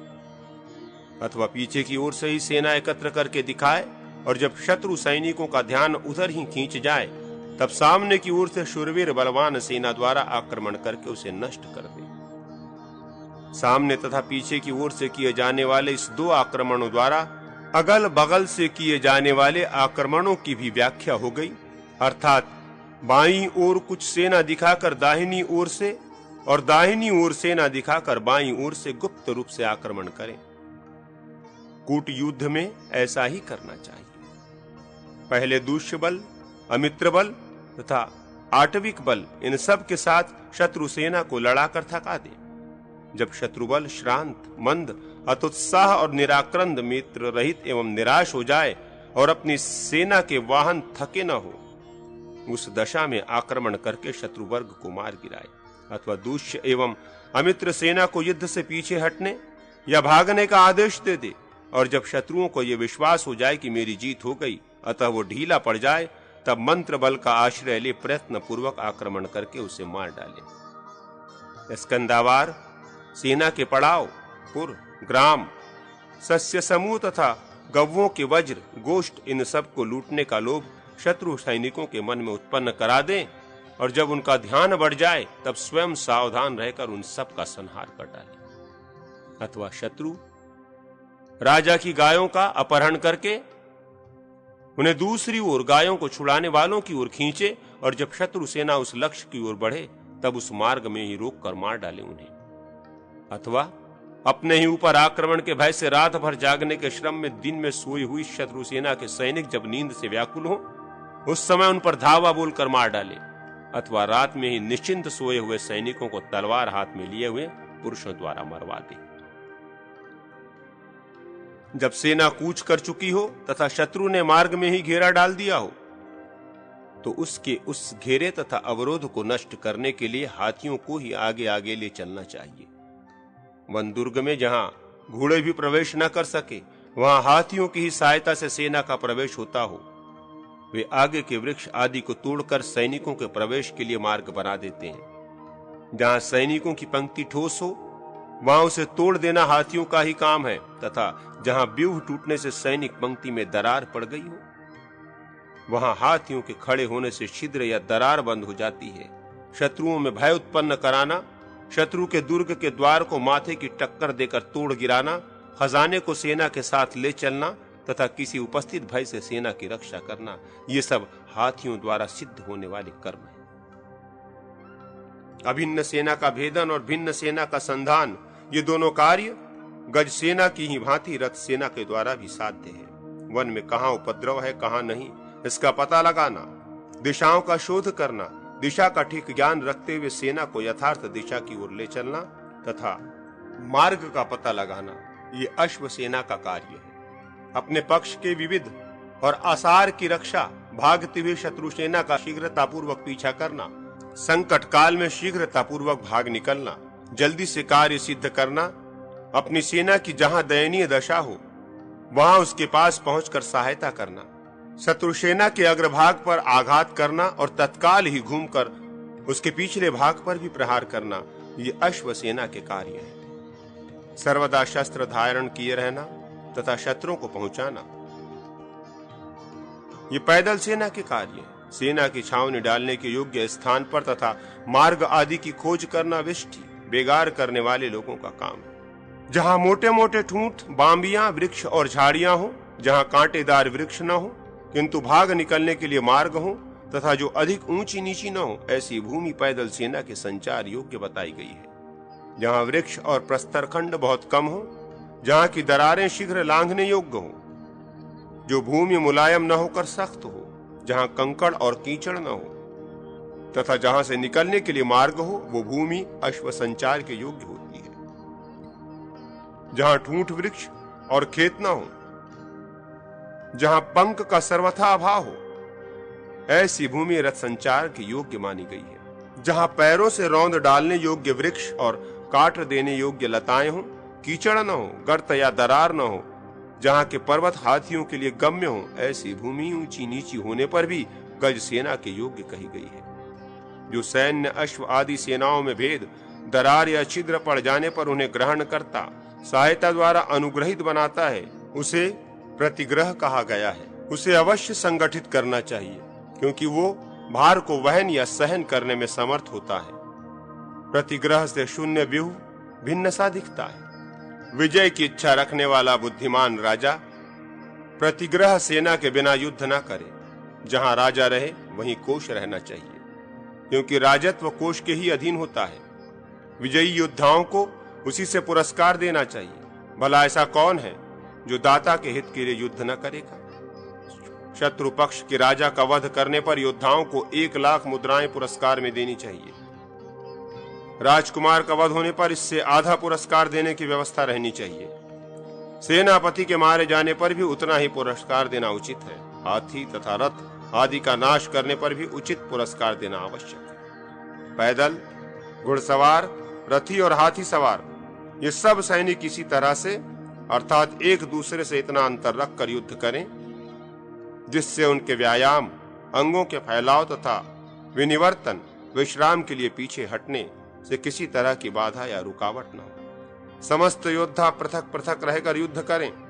गोलमेल होकर जूझना संकुलावह, घमासान और रोमांचककारी होता है। यदि महासंकुल घमासान युद्ध छिड़ जाए तो पैदल आदि असहाय सैनिक बड़े बड़े हाथियों का आश्रय लें। एक एक घुड़सवार योद्धा के सामने 3-3 पैदल पुरुषों को प्रति योद्धा अर्थात अग्रगामी योद्धा बनाकर खड़ा करें। इस रीति से 5-5 अश्व एक एक हाथी के अग्रभाग में प्रति योद्धा बनाएं। इनके सिवा हाथी के पाद रक्षक भी उतने ही हो, अर्थात 5 अश्व और 15 पैदल। प्रति योद्धा तो हाथी के आगे रहते हैं और पाद रक्षक हाथी के चरणों के निकट खड़े होते हैं। ये एक हाथी के लिए व्यूह विधान कहा गया है। ऐसा ही विधान रथ व्यूह के लिए भी समझना चाहिए। एक गज व्यूह के लिए जो विधि कही गई है उसी के अनुसार 9 हाथियों का व्यूह बनाएं। उसे अनिक जानना चाहिए। इस प्रकार एक अनिक में 45 अश्व तथा 135 पैदल सैनिक प्रति योद्धा होते हैं और इतने ही अश्व तथा पैदल पाद रक्षक हुआ करते हैं। एक अनिक से दूसरे अनिक की दूरी 5 धनुष बताई गई है। इस प्रकार अनिक विभाग के द्वारा व्यूह संपत्ति स्थापित करें। व्यूह के मुख्यतः 5 अंग हैं: उरस्य, कक्ष, पक्ष। इन तीनों को एक समान बताया जाता है, अर्थात मध्य भाग में पूर्वोक्त रीति से 9 हाथियों द्वारा कल्पित एक अनिक सेना को उरस्य कहा गया है। उसके दोनों पार्श्व भागों में एक एक अनिक की दो सेनाएं कक्ष कहलाती हैं।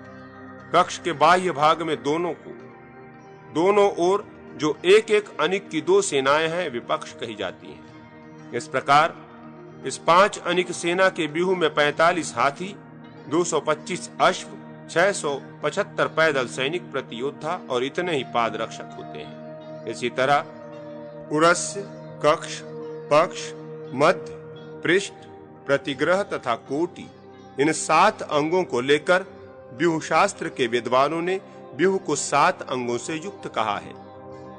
उरस्य, कक्ष, पक्ष तथा प्रतिग्रह आदि से युक्त ये व्यूह विभाग बृहस्पति के मत के अनुसार शुक्र के मत में ये व्यूह विभाग कक्ष और प्रकक्ष से रहित है, अर्थात उनके मत में व्यूह के 5 ही अंग हैं। सेनापतिगण उत्कृष्ट वीर योद्धाओं से घिरे रहकर युद्ध के मैदान में खड़े हों। वे अभिन्न भाव से संगठित रहकर युद्ध करें और एक दूसरे की रक्षा करते रहें। सारहीन सेना को व्यूह के मध्य भाग में स्थापित करना चाहिए।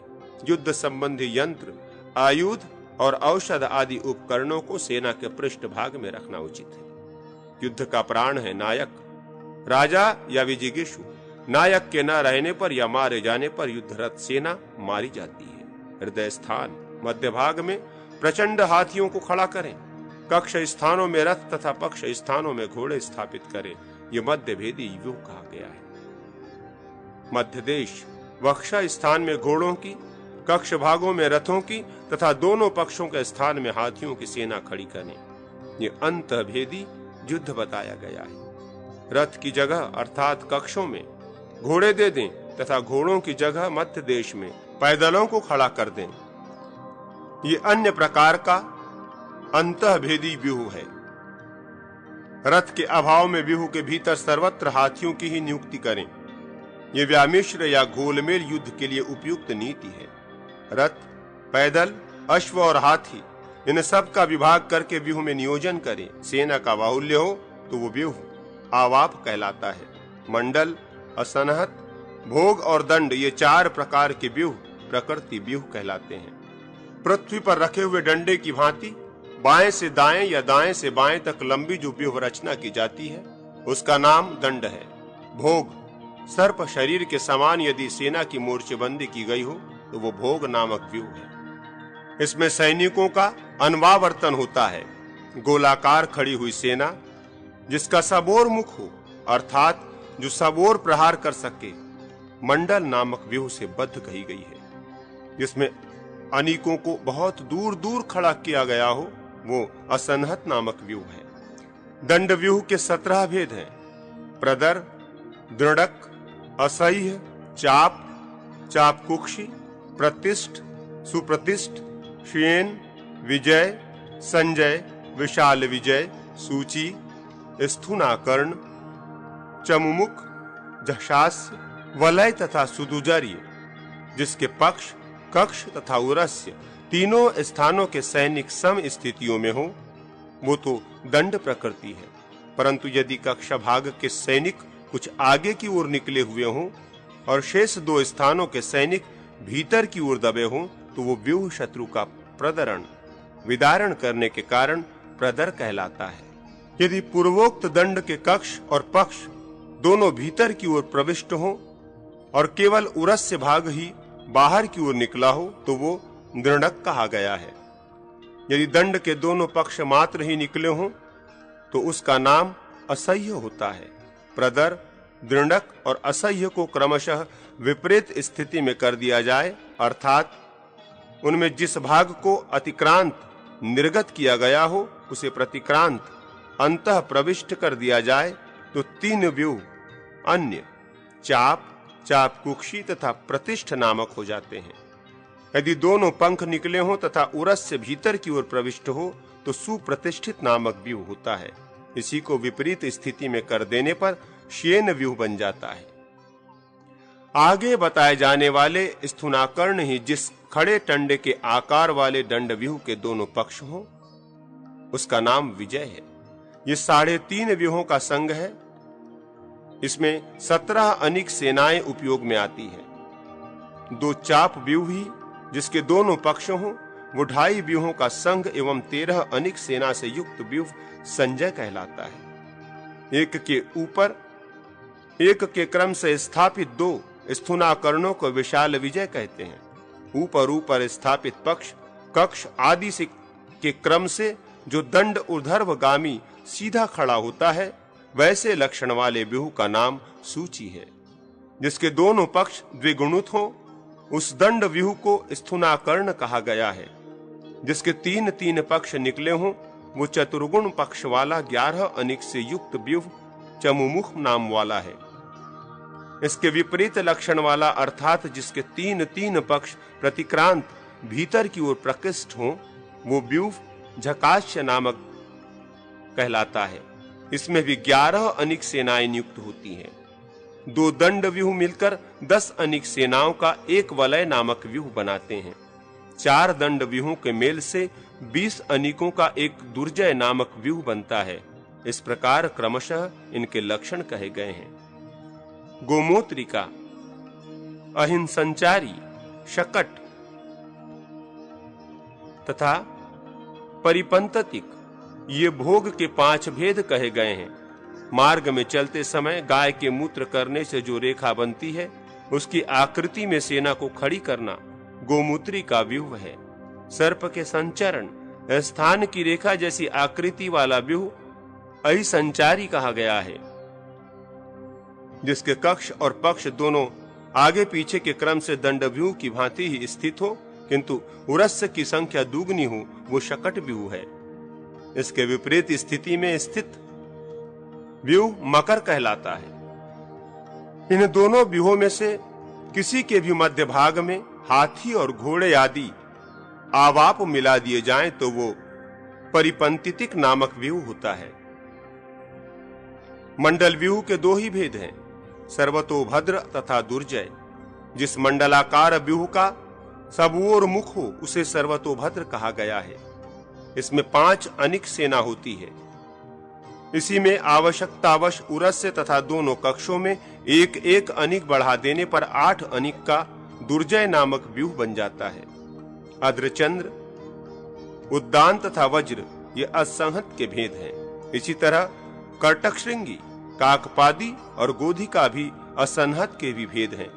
अर्धचंद्र तथा कर्टकशृंगी ये 3 अनिकों के व्यूह हैं। उद्दान और काकपादी ये 4 अनिक सेनाओं से बनने वाले व्यूह हैं तथा ब्रज एवं गोधिका ये 2 व्यूह 5 अनिक सेनाओं के संगठन से सिद्ध होते हैं। अनिक की दृष्टि से 3 ही भेद होने पर भी आकृति में भेद होने के कारण ये 6 बताए गए हैं। दंड से संबंध रखने वाले 17, मंडल के 2, असंहत के 6 और भोग के समरांगण में 5 भेद कहे गए हैं।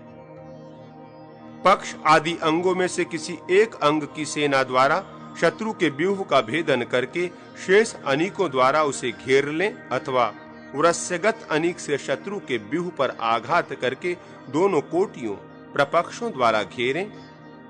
शत्रु सेना की दोनों कोटियों प्रपक्षों पर अपने व्यूह के पक्षों द्वारा आक्रमण करके शत्रु के जघन पोरस्य भाग को अपने प्रतिग्रह तथा दोनों कोटियों द्वारा नष्ट करें। साथ ही उरस्यगत सेना द्वारा शत्रु पक्ष को पीड़ा दें। व्यूह के जिस भाग में सारहीन सैनिक हो, जहां सेना में फूट या दरार पड़ गई हो तथा जिस भाग में दुष्य, क्रुद्ध, लुब्ध आदि सैनिक विद्यमान हो, वहीं शत्रु सेना का संहार करें और अपने पक्ष के वैसे स्थानों को सबल बनाएं। बलिष्ठ सेना को उससे भी अत्यंत बलिष्ठ सेना द्वारा पीड़ित करें। निर्बल सैन्य दल को सबल सैन्य द्वारा दबाएं। यदि शत्रु सेना संगठित भाव से स्थित हो तो प्रचंड गज सेना द्वारा उसे शत्रु वाहिनी का विदारण करें। पक्ष, कक्ष और उरस्य ये सम स्थिति में वर्तमान हो तो दंड व्यूह होता है। दंड का प्रयोग और स्थान व्यूह के चतुर्थ अंग द्वारा प्रदर्शित करें। दंड के समान ही दोनों पक्ष यदि आगे की ओर निकले हुए हों तो प्रदर या प्रदारक व्यूह बनता है। वही यदि पक्ष पक्ष द्वारा अतिक्रांत आगे की ओर निकला हो तो दृढ़ नामक व्यूह होता है। यदि दोनों पक्ष मात्र आगे की ओर निकले हुए हों तो वो व्यूह असह्य नाम धारण करता है। कक्ष और पक्ष को नीचे स्थापित करके उरस्य द्वारा निर्गत व्यूह चाप कहलाता है। 2 दंड मिलकर एक वलय ग्रह बनाते हैं। ये व्यूह शत्रु को विदीर्ण करने वाला होता है। 4 वलय व्यूहों के योग से एक दुर्जय व्यूह बनता है जो शत्रु वाहिनी का मर्दन करने वाला होता है। कक्ष, पक्ष तथा उरस्य जब विषम भाव में स्थित हो तो भोग नामक व्यूह होता है। उसके 5 भेद हैं: सर्पचारी, गोमुत्रिका, शकट, मकर और परिपंततिक। सर्प संचरण की आकृति सर्पचारी, गोमूत्र के आकार से गोमुत्रिका, शकट किसी आकृति से शकट तथा इसके विपरीत स्थिति से मकर व्यूह का संपादन होता है। ये भेदों सहित भोग व्यूह संपूर्ण शत्रुओं का मर्दन करने वाला है। चक्रव्यूह तथा पद्मव्यूह आदि मंडल के भेद प्रमेद हैं। इसी प्रकार सर्वतोभद्र, वज्र, अक्षवर, काक, अर्धचंद्र, श्रृंगार और अचल आदि व्यूह भी हैं। इनके आकृति के ही अनुसार ये नाम रखे गए हैं। अपनी मौज के अनुसार व्यूह बनाने चाहिए। व्यूह शत्रु सेना की प्रगति को रोकने वाले होते हैं। अग्निदेव कहते हैं, ब्रह्मन, श्री राम ने रावण का वध करके अयोध्या का राज्य प्राप्त किया। श्री राम की बताई हुई उक्त नीति से ही पूर्व काल में लक्ष्मण ने इंद्रजीत का वध किया था। पुरुष लक्षण वर्णन। अग्निदेव कहते हैं, वशिष्ठ, मैंने श्री राम के प्रति वर्णित राजनीति का प्रतिपादन किया। अब मैं स्त्री पुरुषों के लक्षण बतलाता हूं, जिसका पूर्व काल में भगवान समुद्र ने गर्ग मुनि को उपदेश दिया था। समुद्र ने कहा, उत्तम व्रत का आचरण करने वाले गर्ग, मैं स्त्री पुरुषों के लक्षण एवं उनके शुभाशुभ फल का वर्णन करता हूं। एकाधिक, द्विशुक्ल, त्रिगंभीर, त्रित्रिक, त्रिप्रलंब, त्रिकव्यापी, त्रिकलयुक्त, त्रिविनित, त्रिकालज्ञ एवं त्रिविपुल पुरुष शुभ लक्षणों से समन्वित माना जाता है। इसी प्रकार चतुर्लेख, चतुस्सम, चतुष्किष्कु, चतुर्दष्ट, चतुष्कृष्ण, चतुर्गंध, चतुर्हर्ष, पंच सूक्ष्म, पंच दीर्घ, षडुन्नत, अष्टवंश, सप्त स्नेह, नवामल, दश पद्म, दश व्यूह, न्यगोध्र परिमंडल, चतुर्दश स्वमद्वंद एवं षोडशाक्ष पुरुष प्रशस्त हैं। धर्म, अर्थ तथा काम से संयुक्त धर्म एकाधिक माना गया है। तारकाहीन नेत्र एवं उज्जवल दंत पंक्ति से सुशोभित पुरुष द्विशुक्ल कहलाता है। जिसके स्वर, नाभि एवं सत्व तीनों गंभीर हों, वो त्रिगंभीर होता है। निर्मत्सरता, दया, क्षमा, सदाचरण, शौच, स्पृहा, औदार्य, अनायास, अथक श्रम तथा शूरता, इनमें विभूषित पुरुष त्रित्रिक माना गया है। जिस मनुष्य के वृषण, लिंग एवं भुजयुगल लंबे हों, वो त्रिप्रलंब कहा जाता है। जो अपने तेज, यश एवं कांति से देश, जाति, वर्ग एवं 10 दिशाओं को व्याप्त कर लेता है, वो त्रिकव्यापी कहते हैं। जिसमें उदर में 3 रेखाएं हों, वो त्रिवलिमान होता है। अब त्रिविनीत पुरुष का लक्षण सुनो। वो देवता, ब्राह्मण तथा गुरुजनों के प्रति विनीत होता है। धर्म, अर्थ एवं काम के समय का ज्ञाता त्रिकालज्ञ कहा जाता है। जिसका वक्ष स्थल, ललाट एवं मुख विस्तार युक्त हो, वो त्रिविपुल तथा जिसके हस्त युगल एवं चरण युगल ध्वज चत्रादि से चिन्हित हो, वो पुरुष चतुर्लेख होता है। अंगुली, हृदय, पृष्ठ एवं कटी ये चारों अंग समान होने से प्रशस्त होते हैं। ऐसा पुरुष चतुस्संस कहा गया है। जिसकी ऊंचाई 96 अंगुल की हो, वो चतुष्कु प्रमाण वाला एवं जिसकी चारों दृष्टांताएं चंद्रमा के समान उज्जवल हो, वो चतुर्दृष्ट होता है। अब मैं तुमको चतुष्क कृष्ण पुरुष के विषय में कहता हूं। उसके नयन तारक, भ्रूयुगल, श्मश्रु एवं केश कृष्ण होते हैं। नासिका, मुख एवं कश्म युग में उत्तम गंध से युक्त मनुष्य चतुर्गंध कहलाता है। लिंग, ग्रीवा तथा जंघा युगल के ह्रस्व होने से पुरुष चतुर्हरस्व होता है। अंगुली पर्व, नख, केश, दंत तथा त्वचा सूक्ष्म होने पर पुरुष पंचम सूक्ष्म एवं हनु नेत्र, ललाट, नासिका एवं वक्ष स्थल के विशाल होने से पंच दीर्घ माना जाता है। वक्ष स्थल, कक्ष, नख, नासिका, मुख एवं क्रकाटिका, गर्दन की घंटी ये 6 अंग उन्नत एवं त्वचा, केश, दंत, रोम, दृष्टि, नख एवं वाणी ये 7 स्तिग्न होने पर शुभ होते हैं। जानुद्वय, उरुद्वय, पृष्ठ, हस्तद्वय एवं नासिका को मिलाकर कुल 8 वंश होते हैं। नेत्रद्वय, नासिकाद्वय, कर्ण युगल, शिश्न, गुदा एवं मुख यह स्थान निर्मल होने से पुरुष नवामल होता है।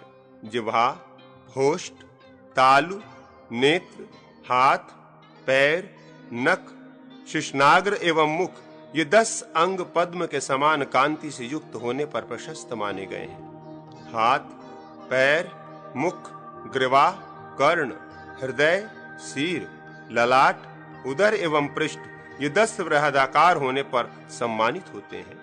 जिस पुरुष की ऊंचाई भुजाओं के फैलाने पर दोनों मध्यमा उंगलियों के मध्यमांतर के समान हो, वो न्योद्र परिमंडल कहलाता है। जिसके चरण गुल्फ, नितंब, पार्श्व, वंगणक्षण, वृषण, स्तन, कर्ण, होष्ठ, ओष्ठांत, जंघा, हस्त, बाहु एवं नेत्र ये अंग युग्म समान हो, वो पुरुष चतुर्दश समद्वंद होता है। जो अपने दोनों नेत्रों से 14 विद्याओं का अवलोकन करता है, वो षोडशाक्ष कहा जाता है। दुर्गंध युक्त, मांसहीन, रुक्ष एवं शिराओं से व्याप्त शरीर अशुभ माना गया है। इसके विपरीत गुणों से संपन्न एवं उत्फुल्ल नेत्रों से सुशोभित शरीर प्रशस्त होता है। धन्य पुरुष की वाणी मधुर एवं चाल मत वाले हाथी के समान होती है। प्रति रोम कूप से एक एक रोम की निर्गत होता है। ऐसे पुरुष की बार बार भय से रक्षा होती है। स्त्री के लक्षण। समुद्र जी कहते हैं, गर्ग जी, शरीर से उत्तम श्रेणी की स्त्री वह है जिसके संपूर्ण अंग मनोहर हो, जो मतवाले गजराज की भांति मंद गति से चलती हो, जिसके उरु और जघन नितंब देश भारी हो, तथा नेत्र उन्मत्त पारावत के समान मद भरे हों, जिसके केश सुंदर नीलवर्ण के, शरीर पतला और अंग लोम रहित हो, जो देखने पर मन को मोह लेने वाली हो, जिसके दोनों पैर समतल भूमि का पूर्ण रूप से स्पर्श करते हों और दोनों स्तन परस्पर सटे हुए हों, नाभि दक्षिणावर्त हो, योनि पीपल के पत्ते किसी आकार वाली हो, दोनों गुल्फ भीतर छिपे हुए हो, मांसल होने के कारण वे उबड़े हुए न दिखाई देते हो, नाभि अंगूठे के बराबर हो तथा पेट लंबा या लटकता हुआ न हो। रोमावलियों से रुक्ष शरीर वाली रमणी अच्छी नहीं मानी गई है। नक्षत्रों, वृक्षों और नदियों के नाम पर जिसके नाम रखे गए हो तथा जिसे कलह सदा प्रिय लगता हो, वो स्त्री भी अच्छी नहीं है। जो लोलूप न हो, कटु वचन न बोलती हो, वो नारी देवता आदि से पूजित शुभ लक्षणा कही गई है। जिसके कपोल मधुप पुष्पों के समान गोरे हों, वो नारी शुभ है। जिसके शरीर की नस नाड़ियां दिखाई देती हों और जिसके अंग अधिक रोमावलियों से भरे हों, वो स्त्री अच्छी नहीं मानी गई है। जिसकी कुटिल भौहें परस्पर सटी गई हों, वो नारी भी अच्छी श्रेणी में नहीं गिनी जाती। जिसके प्राण पीत में बसते हों तथा जो पति को प्रिय हो, वो नारी लक्षणों से रहित होने पर भी शुभ लक्षणों से संपन्न कही गई है। जहां सुंदर आकृति है वहां शुभ गुण है। जिसके पैर की कनिष्ठ का उंगली धरती का स्पर्श न करे, वो नारी मृत्यु रूपा ही है। अग्निदेव कहते हैं, वशिष्ठ, सुवर्ण दंड भूषित चामर उत्तम होता है। राजा के लिए हंस पक्ष, मयूर पक्ष तथा शुक पक्ष से निर्मित छत्र प्रशस्त माना गया है। वक पक्ष से निर्मित छत्र भी प्रयोग में लाया जा सकता है, किंतु मिश्रित पक्षों का छत्र नहीं बनवाना चाहिए। 3, 4, 5, 6, 7 या 8 पर्वों से युक्त दंड प्रशस्त है। भद्रासन 50 अंगुल का ऊंचा एवं शीर काष्ठ से निर्मित हो। वो सुवर्ण चित्रित एवं 3 हाथ विस्तृत होना चाहिए। द्विज श्रेष्ठ, धनुष के निर्माण के लिए लोह, श्रृंग या काष्ठ, इन 3 द्रव्यों का प्रयोग करें। प्रत्यंचा के लिए 3 वस्तु प्रयुक्त है, वंश, भृंग एवं चर्म।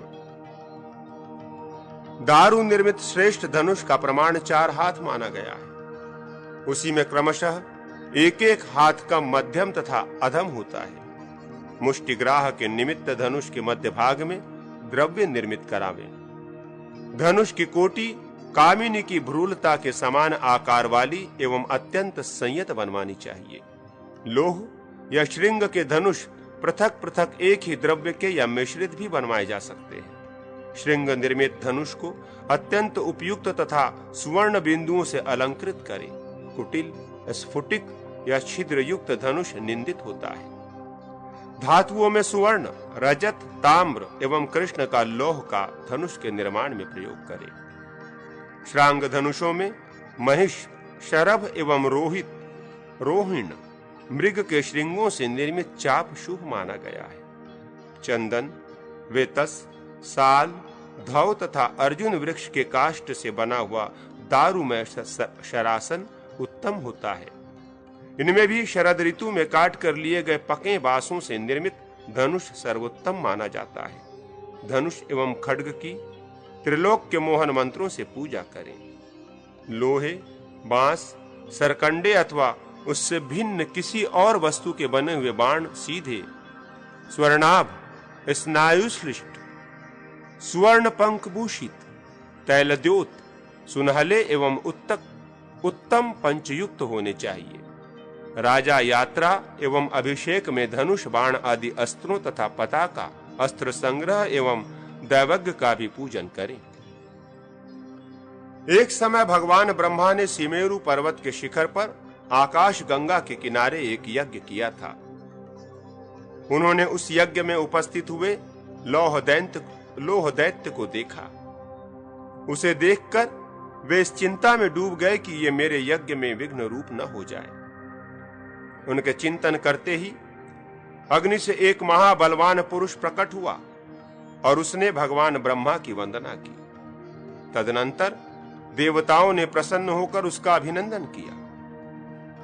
इस अभिनंदन के कारण ही वो नंदक कहलाया और खड्ग रूप हो गया। देवताओं के अनुरोध करने पर भगवान श्री हरि ने उस नंदक खड्ग को निजी आयुध के रूप में ग्रहण किया उस देवादिदेव ने उस खड्ग को उसके गले में हाथ डालकर पकड़ा, इससे वो खड्ग म्यान के बाहर हो गया। उस खड्ग की कांति नीली थी, उसकी मुष्टि रत्नमयी थी। तदनंतर वो बढ़कर 100 हाथ का हो गया। लौह दैत्य ने गदा के प्रहार से देवताओं को युद्ध भूमि से भगाना आरंभ किया। भगवान विष्णु ने उस लोह दैत्य के सारे अंग उक्त खड्ग से काट डाले। नंदक के स्पर्श मात्र से छिन्न भिन्न होकर उस दैत्य के सारे लोहमय अंग भूतल पर गिर पड़े। इस प्रकार लोहासुर का वध करके भगवान श्री हरि ने उसे वर दिया कि तुम्हारा पवित्र अंग लोह भूतल पर आयुध के निर्माण के काम आएगा। फिर श्री विष्णु के कृपा प्रसाद से ब्रह्मा जी भी ने उस सर्व समर्थ श्री हरि का यज्ञ के द्वारा निर्विघ्न पूजन किया। अब मैं खड्ग के लक्षण बतलाता हूं। खटीखट्टर देश में निर्मित खड्ग दर्शनीय माने गए हैं। ऋषिक देश के खड्ग शरीर को चीर डालने वाले होते हैं तथा शूरपारक देशीय खड्ग अत्यंत दृढ़ होते हैं। बंग देश के खड्ग तीखे एवं आघात को सहन करने वाले तथा अंग देशीय खड्ग तीक्ष्ण कहे जाते हैं। 50 अंगुल का खड्ग श्रेष्ठ माना गया है। इससे अर्ध परिमाण का मध्यम होता है, इससे हीन परिमाण का खड्ग धारण न करें। द्विजोत्तम जिस खड्ग का शब्द दीर्घ एवं किंकिणी की ध्वनि के समान होता है, उसको धारण करना श्रेष्ठ कहा गया है। जिसका खड्ग का अग्रभाग पद्मपत्र, मंडल या करवीर पत्र के समान हो तथा जो धृतगंध से युक्त एवं आकाश की सी कांति वाला हो, वो प्रशस्त होता है। खड्ग में समांगल परिस्थित लिंग के समान वर्ण चिन्ह प्रशंसित हैं। यदि वे काक या उलुक के समान वर्ण या प्रभा से युक्त एवं विषम हो तो मंगलजनक नहीं माने जाते। खड्ग में अपना मुख न देखें, जूठे हाथों से उसका स्पर्श न करें, खड्ग की जाति एवं मूल्य भी किसी को न बतलाएं तथा रात्रि के समय उसको सिरहाने रखकर न सोवें। रत्न परीक्षण। अग्निदेव कहते हैं, द्विजश्रेष्ठ वशिष्ठ, अब मैं रत्नों के लक्षणों का वर्णन करता हूं। राजाओं को ये रत्न धारण करने चाहिए: वज्र, हीरा, मरकत, पद्मराग, मुक्ता, महानील, इंद्रनील, वैदूर्य, गंधरस्य, चंद्रकांत, सूर्यकांत, स्फटिक, पूलक, करकैतन, पुष्पराग, ज्योतिरस, राजपट, राजमय, शुभ सौंधिक, गंज, शंख, ब्रह्ममय, गोमेद, रुद्रिकाक्ष, भल्लातक, धूली, मरकत, तुष्यक, शीस, पीलू, प्रवाल, गिरिव्रज्र, भुजंगमणि, वज्रमणि, टिटिभ, भ्रामर और उत्पल। एवं विजय की प्राप्ति के लिए पूर्वोक्त रत्नों को सुवर्ण मंडित करा के धारण करना चाहिए। जो अंतर्भाग में प्रभायुक्त निर्मल एवं सुसंस्थान हो, उन रत्नों को ही धारण करना चाहिए। प्रभाहीन, मलिन, खंडित और किरकिरी से युक्त रत्नों को धारण न करें। सभी रत्नों में हीरा धारण करना श्रेष्ठ है। जो हीरा जल में तैर सके, अमेध हो, षटकोण हो, इंद्रधनुष के समान निर्मल प्रभा से युक्त हो, हल्का तथा सूर्य के समान तेजस्वी हो, अथवा तोते के पंखों के समान वर्ण वाला हो, स्निग्ध, कांतिमान तथा विभक्त हो, वो शुभ माना गया है। मरकतमणि सुवर्ण चूर्ण के समान सूक्ष्म बिंदुओं से विभूषित होने पर श्रेष्ठ बतलाई गई है। स्फटिक और पद्मराग अरुणामिया से युक्त और अत्यंत निर्मल होने पर भी उत्तम कहे जाते हैं।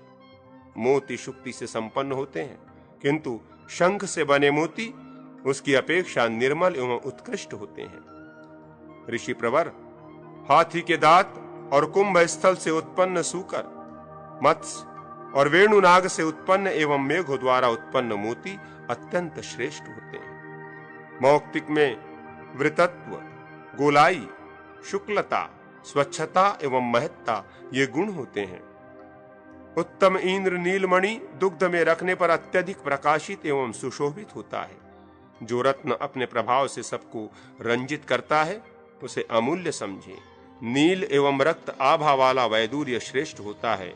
यह हार में पिरोने के योग्य होता है। ग्रह योग्य भूमि, चतुष्षष्टि पद वास्तुमंडल और वृक्षारोपण का वर्णन। अग्निदेव कहते हैं, वशिष्ठ, अब मैं वास्तु के लक्षणों का वर्णन करता हूं।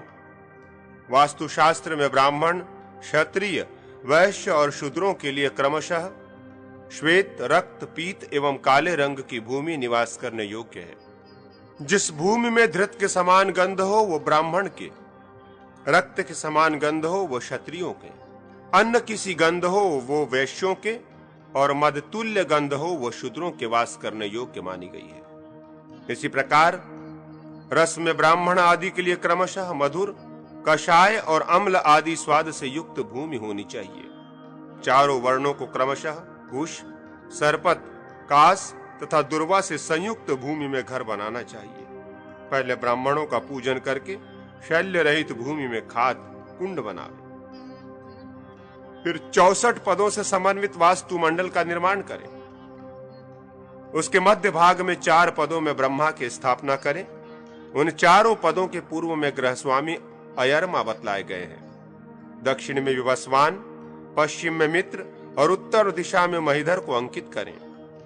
ईशान कोण में आप तथा आप वत्स को, अग्नि कोण में सावित्र एवं सविता को, पश्चिम के समीपवर्ती नैऋत्य कोण में जय और इंद्र को और वायव्य कोण में रुद्र और व्याधि को लिखें।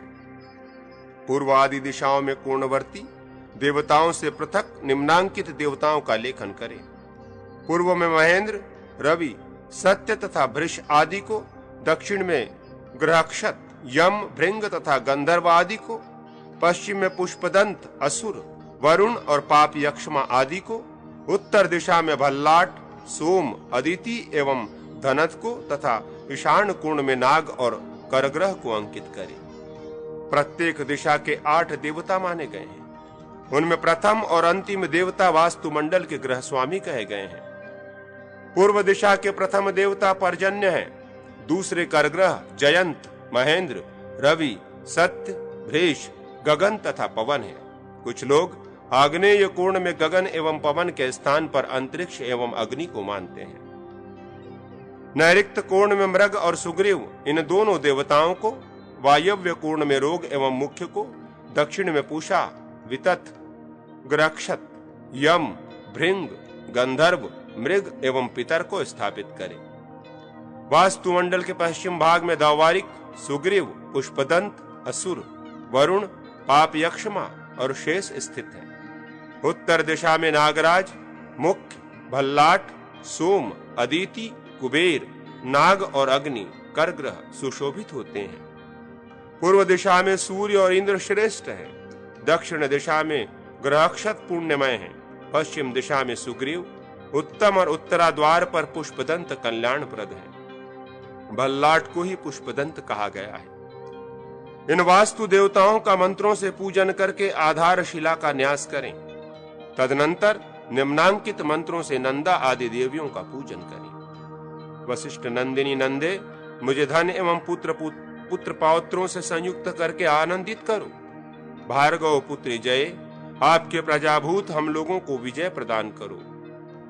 अंगरी रसनये पूर्णे, मेरी कामनाओं को पूर्ण करो। काश्यप पद्मताजे भद्रे, मुझे कल्याणमयी बुद्धि दो। वशिष्ठ पुत्री नंदे, सब प्रकार के बीजों से युक्त एवं संपूर्ण रत्नों से संपन्न इस मनोरम नंदन वन में विहार करो। प्रजापति पुत्री देवी भद्रे, तुम उत्तम लक्षणों एवं श्रेष्ठ व्रत को धारण करने वाली हो। कश्यप नंदिनी, इस भूमय चतुष्कोण भवन में निवास करो। भार्गवत नयन देवी, तुम संपूर्ण विश्व को ऐश्वर्य प्रदान करने वाली हो। श्रेष्ठ आचार्यों द्वारा पूजित एवं गंध और मालाओं से अलंकृत मेरे ग्रह में निवास करो। अंगिरा ऋषि की पुत्री पूर्णे, तुम भी संपूर्ण अंगों से युक्त एवं क्षतिरहित मेरे घर में रमण करो। इष्ट के, मैं ग्रह प्रतिष्ठा करा रहा हूं, तुम मुझे अभिलक्षित भोग प्रदान करो। देश स्वामी, नगर स्वामी तथा ग्रह स्वामी के संचय में मनुष्य, धन, हाथी, घोड़े और पशुओं की वृद्धि करो। गृह प्रवेश के समय भी इसी प्रकार शिलान्यास करना चाहिए। घर के उत्तर में प्लक्ष, पाकड़ तथा पूर्व में वटवृक्ष शुभ होता है। दक्षिण में गूलर और पश्चिम में पीपल का पेड़ उत्तम माना जाता है। घर में वाम पार्श्व में उद्यान बनावे। ऐसे घर में निवास करना शुभ होता है। लगाए हुए वृक्षों को ग्रीष्म काल में प्रातः सायं, शीत ऋतु में मध्याह्न के समय तथा वर्षा काल में भूमि के सूख जाने पर सींचना चाहिए। वृक्षों को बायोडिंग एवं धित मिश्रित शीतल जल से सींचें। जिन वृक्षों के फल लगने बंद हो गए हों उनको कुल्थी, उड़द, मूंग, तिल और जौ मिले हुए जल से सींचना चाहिए। घृतयुक्त शीतल दुग्ध के सेचन से वृक्ष सदा फल पुष्प से युक्त रहते हैं। मत्स्य वाले जल के सेचन से वृक्षों की वृद्धि होती है। भेड़ और बकरी की लेंडी का चूर्ण, जौ का चूर्ण, तिल, अन्य गोबर आदि खाद एवं जल, इन सब को 7 दिन तक ढक कर रखें। इसका सेचन भी सभी प्रकार के वृक्षों के फल पुष्प आदि की वृद्धि करने वाला है। आम्र वृक्षों का शीतल जल से सेचन उत्तम माना गया है। अशोक वृक्ष के विकास के लिए कामिनियों के चरण का प्रहार प्रशस्त है। खजूर और नारियल आदि वृक्ष लवणयुक्त जल से वृद्धि को प्राप्त होते हैं। बायोडिंग तथा जल के द्वारा सेचन भी सभी वृक्षों के लिए उत्तम दोहद है।